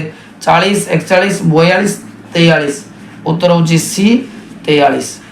ପଟ୍ଟ ମୃତ୍ତିକା ବିଭିନ୍ନ ନଦୀ ଉପତ୍ୟକା ଅନ୍ତର୍ଗତ ସମତଳ ଅଞ୍ଚଳ, ପ୍ଳାବନଭୂମି, ତ୍ରିକୋଣଭୂମି ଇତ୍ୟାଦି ଅଞ୍ଚଳରେ କେଉଁ ମୃତ୍ତିକା ଭାବରେ ଦେଖାଯାଏ?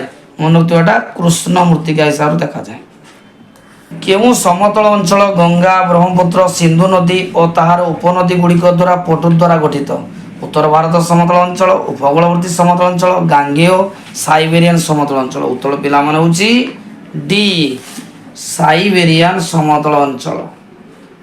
ମହାନଦୀ ଗୋଦାବରୀ, କୃଷ୍ଣା, କାବେରୀ ଇତ୍ୟାଦି ତ୍ରିକୋଣଭୂମି ଅଞ୍ଚଳରେ କେଉଁ ମୃତ୍ତିକା ଦେଖାଯାଏ? ଉତ୍ତର ପିଲାମାନେ ହେଉଛି 41 ନମ୍ବର ବି ଦରସା ମୃତ୍ତିକା ଦେଖାଯାଏ। ବାଲୁକା ରେଣୁ, ପଟୁ ଓ କର୍ଦ୍ଦମ କେଉଁ ମୃତ୍ତିକାର ମିଶ୍ରିତ ଭାବରେ ଥାଏ? ଅପସୃତ, ଅବଶିଷ୍ଟ, ପୀତ, କୃଷ୍ଣ। ଉତ୍ତର ହେଉଛି ସି ପୀତ। 42 ନମ୍ବର ପିଲାମାନେ ପଟୁ ଅପସୃତ ମୃତ୍ତିକା କାହିଁକି ଅତ୍ୟଧିକ ଉର୍ବର? ନା ଖଣିଜ ଆଉ ଜୈବାଂଶ ଥିବାରୁ। ଗାଙ୍ଗେୟ ଓ ସମତଳ ଭୂମିରେ ଦେଖାଯାଉଥିବା ନୂତନ ପଟ୍ଟ ମୃତ୍ତିକାକୁ କ'ଣ କୁହାଯାଏ? ଉତ୍ତର ହେଉଛି ସି ଭାବର। କେଉଁ ମୃତ୍ତିକାରେ ପଟାସ ଓ ଚୂର୍ଣ୍ଣ ଅଂଶ ଅଧିକ ଥାଏ ଓ ଯବକ୍ଷାରଜାନ କମ୍ ଥାଏ? ପୀତ, ଲୋହିତ, ପଟୁ, ଦରସା। ଉତ୍ତର ହେଉଛି ପିଲାମାନେ ବି ଲୋହିତ ମୃତ୍ତିକା। 44 ନମ୍ବର ଗାଙ୍ଗେୟ ସମତଳ ଭୂମିରେ ଦେଖାଯାଉଥିବା ପୁରାତନ ପଟ୍ଟ ମୃତ୍ତିକାକୁ କ'ଣ କହନ୍ତି? ରେ, ଖାଦର, ଭାଙ୍ଗର, ଲୋହିତ। ଉତ୍ତର ହେଉଛି ଭାଙ୍ଗର। ଖାଦର ମୃତ୍ତିକା ନଦୀ ଶଯ୍ୟାରେ କେଉଁ ସ୍ଥାନରେ ଦେଖାଯାଏ? ତ୍ରିକୋଣଭୂମି, ପ୍ଳାବନଭୂମି, ପାର୍ବତ୍ୟଭୂମି ଆଉ ହେଉଛି ମରୁଭୂମି। ଉତ୍ତର ହେଉଛି ତ୍ରିକୋଣଭୂମି। ଖଦର ମୃତ୍ତିକାରେ ବାଲୁକା ଓ ପଟ୍ଟ ବ୍ୟତୀତ ଅନ୍ୟ କେଉଁ ଅଂଶ ମିଶ୍ରିତ ହୋଇ ରହିଥାଏ? କର୍ଦ୍ଦମ, ମଟାଳ, କଳାମାଟି ଆଉ ବାଲିମାଟି। ସି କଳାମାଟି। ଭାଙ୍ଗର ମୃତ୍ତିକାରେ କେଉଁ ଉପାଦାନ ଅଧିକ ଥାଏ? ମାଟି, ବାଲି, କାଦୁଅ, ପଟୁ। ଉତ୍ତର ହେଉଛି ବାଲି। ଭାଙ୍ଗର ମୃତ୍ତିକାର ରଙ୍ଗ କ'ଣ ଅଟେ? ଧଳା, କଳା, ନାଳି, ସବୁଜ। ଉତ୍ତର ହେଉଛି ଧଳା। ଭାଙ୍ଗର ମୃତ୍ତିକାରେ ଚୂର୍ଣ୍ଣ ଗୋଡ଼ି ମିଶା ଅଧିକ ପରିମାଣ ଥିଲେ ତାକୁ କଙ୍କର କୁହାଯାଏ। ପିଲାମାନେ ନଥିବ କଙ୍କର। ହିମାଳୟ ପର୍ବତର ଶିୱାଳିକ ପାର୍ବତ୍ୟ ଅଞ୍ଚଳରେ ପାଦ ଦେଶରେ ଦେଖାଯାଉଥିବା ପଟୁ ବ୍ୟଞ୍ଜନ ଗୁଡ଼ିକରେ ଥିବା ମୋଟା ଏବଂ ବହଳିଆ ମାଟି କେଉଁ ନାମରେ ନାମିତ? କଙ୍କର, ଭାବର, ଖାଦର ଆଉ ତରାଇ। ଉତ୍ତର ପିଲାମାନେ ହେଉଛି ଭାବର। ଗାଙ୍ଗେୟ ସମତଳ ଅଞ୍ଚଳରେ ପଟୁ ବ୍ୟଞ୍ଜନରେ ନିମ୍ନ ଅଞ୍ଚଳରେ ଅବସ୍ଥିତ ସନ୍ତସନ୍ତିଆ ସ୍ଥାନରେ ଦେଖାଯାଉଥିବା ପତଳା ଓ ଜୈବାଂଶ ପୂର୍ଣ୍ଣ ମୃତ୍ତିକାକୁ କ'ଣ କୁହାଯାଏ? ତରାଇ, ଲୋୟେସ, ଲୋହିତ ଆଉ ପୀତ। ଉତ୍ତର ହେଉଛି ଲୋହିତ। ତରାଇ ମୃତ୍ତିକାରେ କେଉଁ ରାସାୟନିକ ଉପାଦାନ ଅଧିକ ଥାଏ? ଯବକ୍ଷାରଜାନ, ପଟାସିୟମ, ଫସ୍ଫରସ୍ ଆଉ ବୋରିକ। ଉତ୍ତର ହେଉଛି ପିଲାମାନେ ପଟାସିୟମ। ଅପେକ୍ଷାକୃତ ଶୁଷ୍କ ଅଞ୍ଚଳରେ ଦେଖାଯାଉଥିବା ପଟ୍ଟ ମୃତ୍ତିକାକୁ କ'ଣ କୁହନ୍ତି? ଉତ୍ତର ପିଲାମାନେ ରେ। କ'ଣ କୁହାଯାଏ ଛୁଆ? ନା ରେ। ଥରେ ମରୁଭୂମି ପଞ୍ଜାବ, ହରିୟାଣା, ପଶ୍ଚିମ ଉତ୍ତରପ୍ରଦେଶ ଓ ପଶ୍ଚିମ ମଧ୍ୟପ୍ରଦେଶ ଆଡ଼କୁ ପରିବାହିତ ସରୁବାଲି ବା ଧୂଳିକଣା ମିଶ୍ରିତ ମାଟି କେଉଁ ନାମରେ ନାମିତ? ତରାଇ, ଭାବର, ଲୋୟେସ, ରେ। 56 ଉତ୍ତର ହେଉଛି ଛୁଆ ସି ହେଉଛି ଲୋୟେସ। ଭାରତର ପଟ୍ଟ ମୃତ୍ତିକାର ଧାନ, ଝୋଟ, ଆଖୁ, ଗହମ, କପା, ବାଜରା, ତୈଳବୀଜ, ଫଳ, ପନିପରିବା ଚାଷ କରାଯାଉଥିବାରୁ ଏହାକୁ ଭାରତରେ କ'ଣ କୁହାଯାଏ? ଧାନ ଉଦର, ଝୋଟ ଉଦର, ବାଜରା ଉଦର, ଧାନ ଆଉ ଗହମର ଉଦର। ଉତ୍ତର ହେଉଛି ପିଲାମାନେ ପି ଝୋଟ ଉଦର। ଲୋହିତ ମୃତ୍ତିକା ଭାରତର ସମୁଦାୟ ଆୟତନର ଶତକଡ଼ା କେତେ ଭାଗ ପର୍ଯ୍ୟନ୍ତ ବିସ୍ତୃତ? ଉତ୍ତର ହେଉଛି 16.5। ସ୍ଫଟିକ, ଆଗ୍ନେୟ, ରୂପାନ୍ତରିତ ଶିଳା ଓ ସ୍ୱଳ୍ପ ବୃଷ୍ଟିପାତ ଅଞ୍ଚଳରେ କେଉଁ ମୃତ୍ତିକା ଗଠିତ ହୋଇଥାଏ? ମନୋତ ଛୁଆ এটা ହେଉଛି ସି କୃଷ୍ଣ ମୃତ୍ତିକା। ଲୋହିତ ମୃତ୍ତିକାରେ ଯବକ୍ଷାରଜାନ, ଜୈବାଂଶ, ଫସ୍ଫରିକ ଅମ୍ଳ ବ୍ୟତୀତ ଅନ୍ୟ କେଉଁ ଉପାଦାନର ଅଭାବ ଥାଏ? ଉତ୍ତର ହେଉଛି ଡି ମାଗ୍ନେସିୟମ। ଲୋହିତ ମୃତ୍ତିକାର ଜଳୀୟ ଅଂଶ ଅଧିକ ଥିଲେ ଏହାର ରଙ୍ଗ ସଂରଚନା କଳା ହୋଇଯାଏ। କ'ଣ ଅଧିକ ଜଳୀୟ ଅଂଶ ଥିଲେ ଏହାର ସଂରଚନା କ'ଣ? ମନୋତ ଲୋହିତ ମୃତ୍ତିକାରେ ଜଳୀୟ ଅଂଶ ଅଧିକ ଥିଲେ ଏହାର ସଂରଚନା ରଙ୍ଗ କ'ଣ ହୋଇଥାଏ? ଉତ୍ତର ଛୁଆ ହେଉଛି ଯେ ସି ଲାଲ ହୋଇଥାଏ। କେଉଁ ମୃତ୍ତିକାରେ ଓ ଜଳସେଚନ ସାହାଯ୍ୟରେ କାର୍ପାସ, ଗହମ, ମୁଗ, ଧୂଆଁପତ୍ର, ଜୱାର, ବିଲାତି ଆଳୁ, ଫୁଲ ଫୁଳ ବିଭିନ୍ନ ପନିପରିବା ଚାଷ କରାଯାଏ। ଲୋହିତ, ପିତ, ଚେନଜେମ୍, ରେଙ୍ଗୁର। ମନୋକ୍ତା ଉତ୍ତର ହେଉଛି ସି ଚେନଜେମ୍। ଲୋହିତ ମୃତ୍ତିକା ଗ୍ରାନାଇଟ୍, ନିସ୍ ଆଉ ଡସ୍ ଇରେରାଇଟ୍ ଶିଳାର ରେଣୁ ସହିତ ମିଶି କେଉଁ ମୃତ୍ତିକା ସୃଷ୍ଟି କରେ? ଉତ୍ତର ହେଉଛି ପିତ ମୃତ୍ତିକା। ଲୋହିତ ମୃତ୍ତିକା ଗ୍ରାନାଇଟ୍ ଓ ବାଲୁକା ପଥର ରେଣୁ ସହିତ ମୃତ୍ତିକା କେଉଁ ମୃତ୍ତିକା ତିଆରି କରିଥାଏ? ଉତ୍ତର ହେଉଛି ପିଲାମାନେ ଲାଲ ବାଲୁକା ମୃତ୍ତିକା। କୃଷ୍ଣ ବର୍ଣ୍ଣ କୃଷ୍ଣ ମୃତ୍ତିକା ରଙ୍ଗ କିପରି? ପାଉଁଶିଆ, ଲାଲ, କଳା, ମାଟିଆ। ଉତ୍ତର ହେଉଛି କଳା। କୃଷ୍ଣ ମୃତ୍ତିକାର ସ୍ଥାନୀୟ ନାମ କ'ଣ? ଲାଟେରାଇଟ୍, ପିତ, ରେଙ୍ଗୁର, ଦରସା। ଉତ୍ତର ହେଉଛି ପିଲାମାନେ ପିତ ମୃତ୍ତିକା। କୃଷ୍ଣ ମୃତ୍ତିକାର ଆନ୍ତର୍ଜାତିକ ସ୍ତରରେ କେଉଁ ନାଁରେ ପ୍ରସିଦ୍ଧ?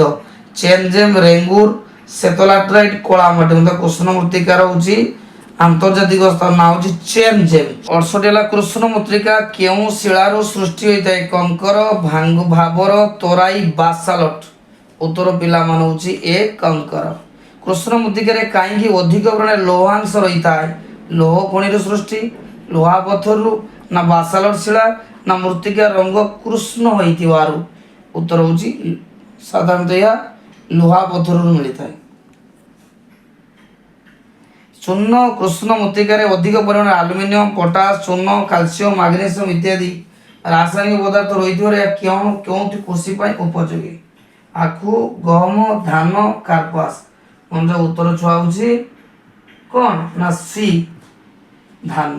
ମନୁଷ୍ୟ ତାର ଜୀବନ ଧାରଣ ପାଇଁ ଭୂପୃଷ୍ଠସ୍ଥ କାହା ଉପରେ ସଦାସର୍ବଦା ନିର୍ଭର କରିଥାଏ? ଜଳ, ଶିଳା, ପ୍ରାକୃତିକ ପରିବେଶ, ଅରଣ୍ୟ। ପିଲାମାନେ ଉତ୍ତର ହେଉଛି ପ୍ରାକୃତିକ ପରିବେଶ। ଦ୍ୱିତୀୟ କ୍ୱେଶ୍ଚନ, ମନୁଷ୍ୟ ପରିବେଶରୁ କ'ଣ ସଂଗ୍ରହ କରି ତାର ଜୀବନ ଯାପନର ଆବଶ୍ୟକତା ପୂରଣ କରିଥାଏ? ପ୍ରାକୃତିକ ବସ୍ତୁ, ପ୍ରାକୃତିକ ଉଦ୍ଭିଦ, ଜଳ, ମୃତ୍ତିକା। ଉତ୍ତର ହେଉଛି ପିଲାମାନେ ପ୍ରାକୃତିକ ବସ୍ତୁ।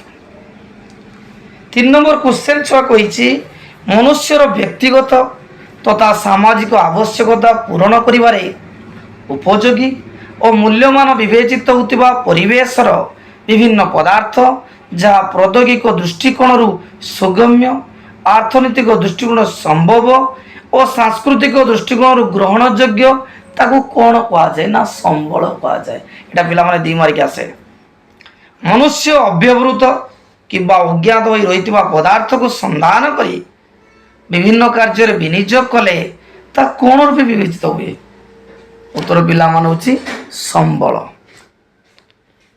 ଯେଉଁ ପ୍ରକ୍ରିୟା ପ୍ରାକୃତିକ ପରିବେଶରେ ପ୍ରକୃତି, ମନୁଷ୍ୟ, ପ୍ରାଦଜ୍ଞ ଓ ଅନୁଷ୍ଠାନ ମଧ୍ୟରେ ଥିବା ପରସ୍ପର ନିର୍ଭରଶୀଳତା ଉପରେ ନିର୍ଭର କରିଥାଏ?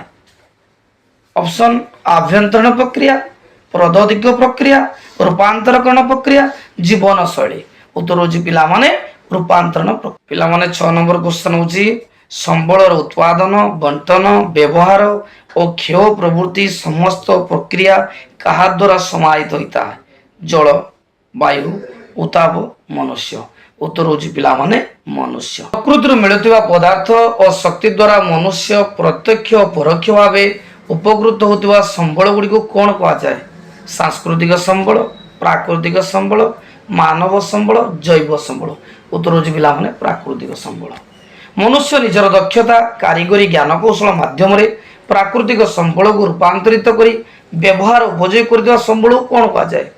ଅପସନ୍ ହେଲା ମାନବ ସମ୍ବଳ, ପ୍ରାକୃତିକ ସମ୍ବଳ, ସାଂସ୍କୃତିକ ସମ୍ବଳ, ଜୈବ ସମ୍ବଳ। ଉତ୍ତର ହେଉଛି ପିଲାମାନେ ସାଂସ୍କୃତିକ ସମ୍ବଳ।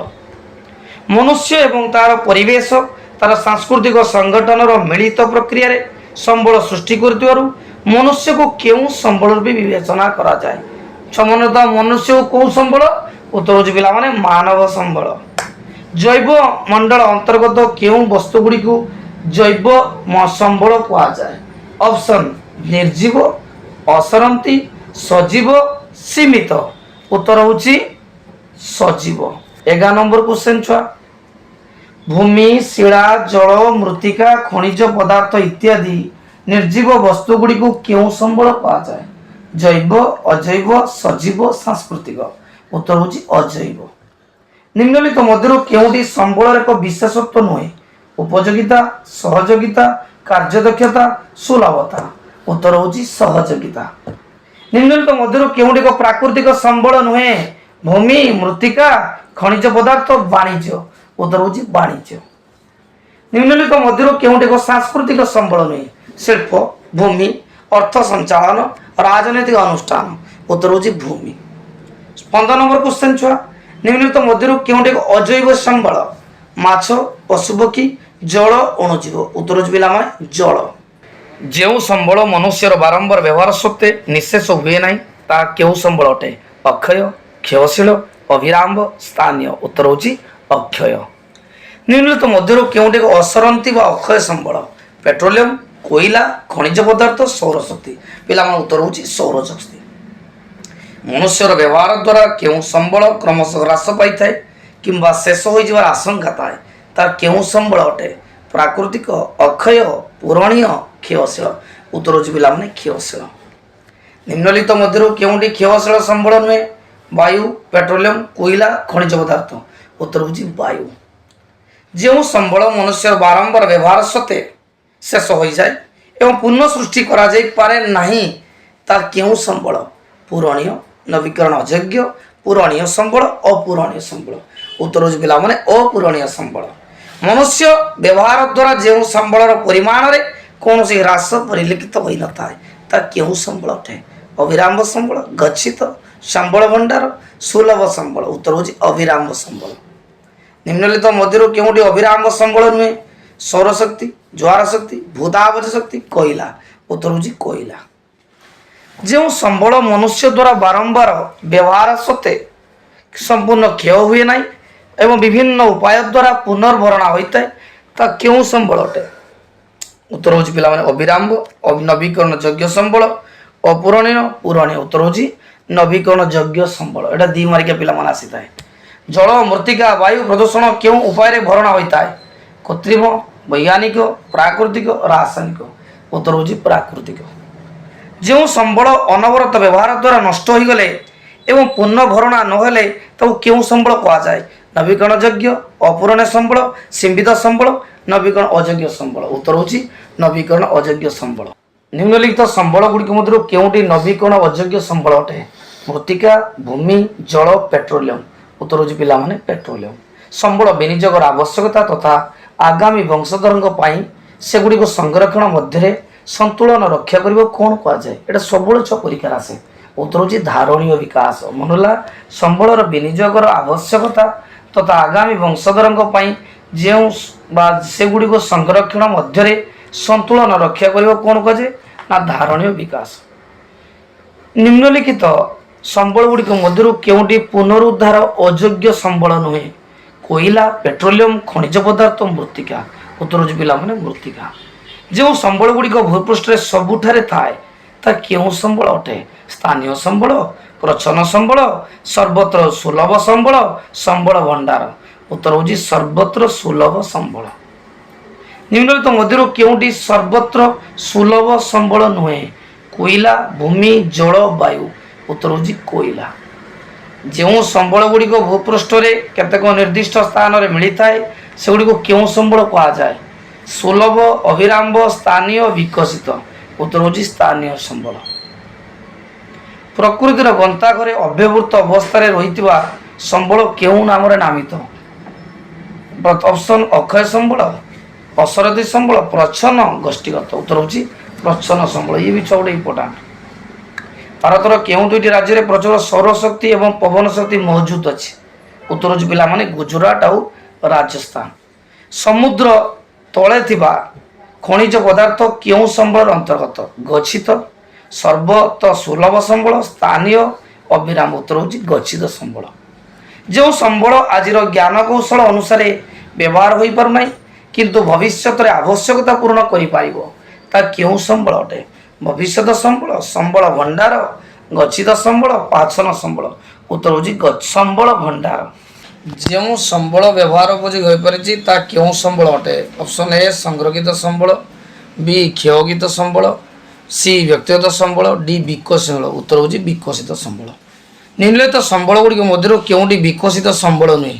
विद्युत शक्ति वन्यप्राणी अरण्य खनिज पदार्थ उत्तर होची पिलामाने वन्यप्राणी जो संबल एवं पदार्थ गुड़िकर सन्धान मिलवा पर मध्य व्यवहार उपयोगी हो पारि नहीं किंतु भविष्य में उपजित होवार आशा अच्छी ता क्यों संबल अटे संरक्षित विकसित संचित संबल भंडार उत्तर होची संरक्षित प्रभावित जल जहाँ विद्युत उत्पादन पर व्यवहार हो पारना ता क्यों संबल अटे उत्तर होची संरक्षित जो संबलर निजस्व अधिकार रही क्यों संबल अटे निजस्व मान निजर एटा होची व्यक्तिगत संबल निम्नलिखित मध्य केउटी व्यक्तिगत संबल नुहे चाष जमी गृह कूप गोचर भूमि उत्तर होची गोचर भूमि कौन गोष्ठीर समस्त व्यक्ति समूह मालिकाना स्थावर अस्थावर संपत्ति को क्यों संबल कहुए व्यक्तिगत गोष्ठीगत जातीय आंतर्जातीय उत्तर होची गोष्ठीगत निम्नलिखित गुड़िक मध्य केउटी गोष्ठीगत संबल नुहे गोचर भूमि श्मशान प्रमोद उद्यान रोपण कृषि उत्तर होची रोपण कृषि देशर भौगोलिक सीमारेखा मध्य समस्त प्राकृतिक संबल मानव संबल इत्यादि को क्यों संबल कहुए प्राकृतिक सांस्कृतिक मानव टोटाल क्यों संबल जातीय संबल उत्तर होची पिला जातीय संबल निम्नलिखित मध्य केउटे एक जातीय संबल नुहे पुष्करणी रास्ताघाट केनाल रेलपथ उत्तर होची पुष्करणी उपकूल ठारू समुद्र आड़क प्राय केते दूरतार जलभाग जातीय संबलर अंतर्गत 10 nautical mile 11 nautical mile 12 nautical mile 13 nautical mile उत्तर होची 12 नटिकल माइल 200 नटिकल परवर्ती अंचल सामुद्रिक संबल क्यों संबल अटे व्यक्तिगत गोष्ठीगत जातीय आंतर्जातीय उत्तर होची आंतर्जातीय क्यों कारण भारत भली विकासमुखी देश गुड़िक संबल व्यवहार आवश्यकता वृद्धि पाइला विज्ञान अग्रगति आर्थिक विकास जनसंख्या वृद्धि असामाजिक कार्य उत्तर होची पिला माने जनसंख्या वृद्धि निर्विकार संबल उत्तोलन जो कौन नष्ट होवार लगी होईची परिसंस्था पारिस्थितिक भारसाम्य परिवेश भूक्षय उत्तर होची पारिस्थितिक भारसाम्य 50 केउटी निर्विकार संबल उत्तोलन जो संगठित हेउनाई भूतब्दीकरण ओजन स्तर ह्रास परिवेश प्रदूषण महाबात्या उत्तर होची महाबात्या।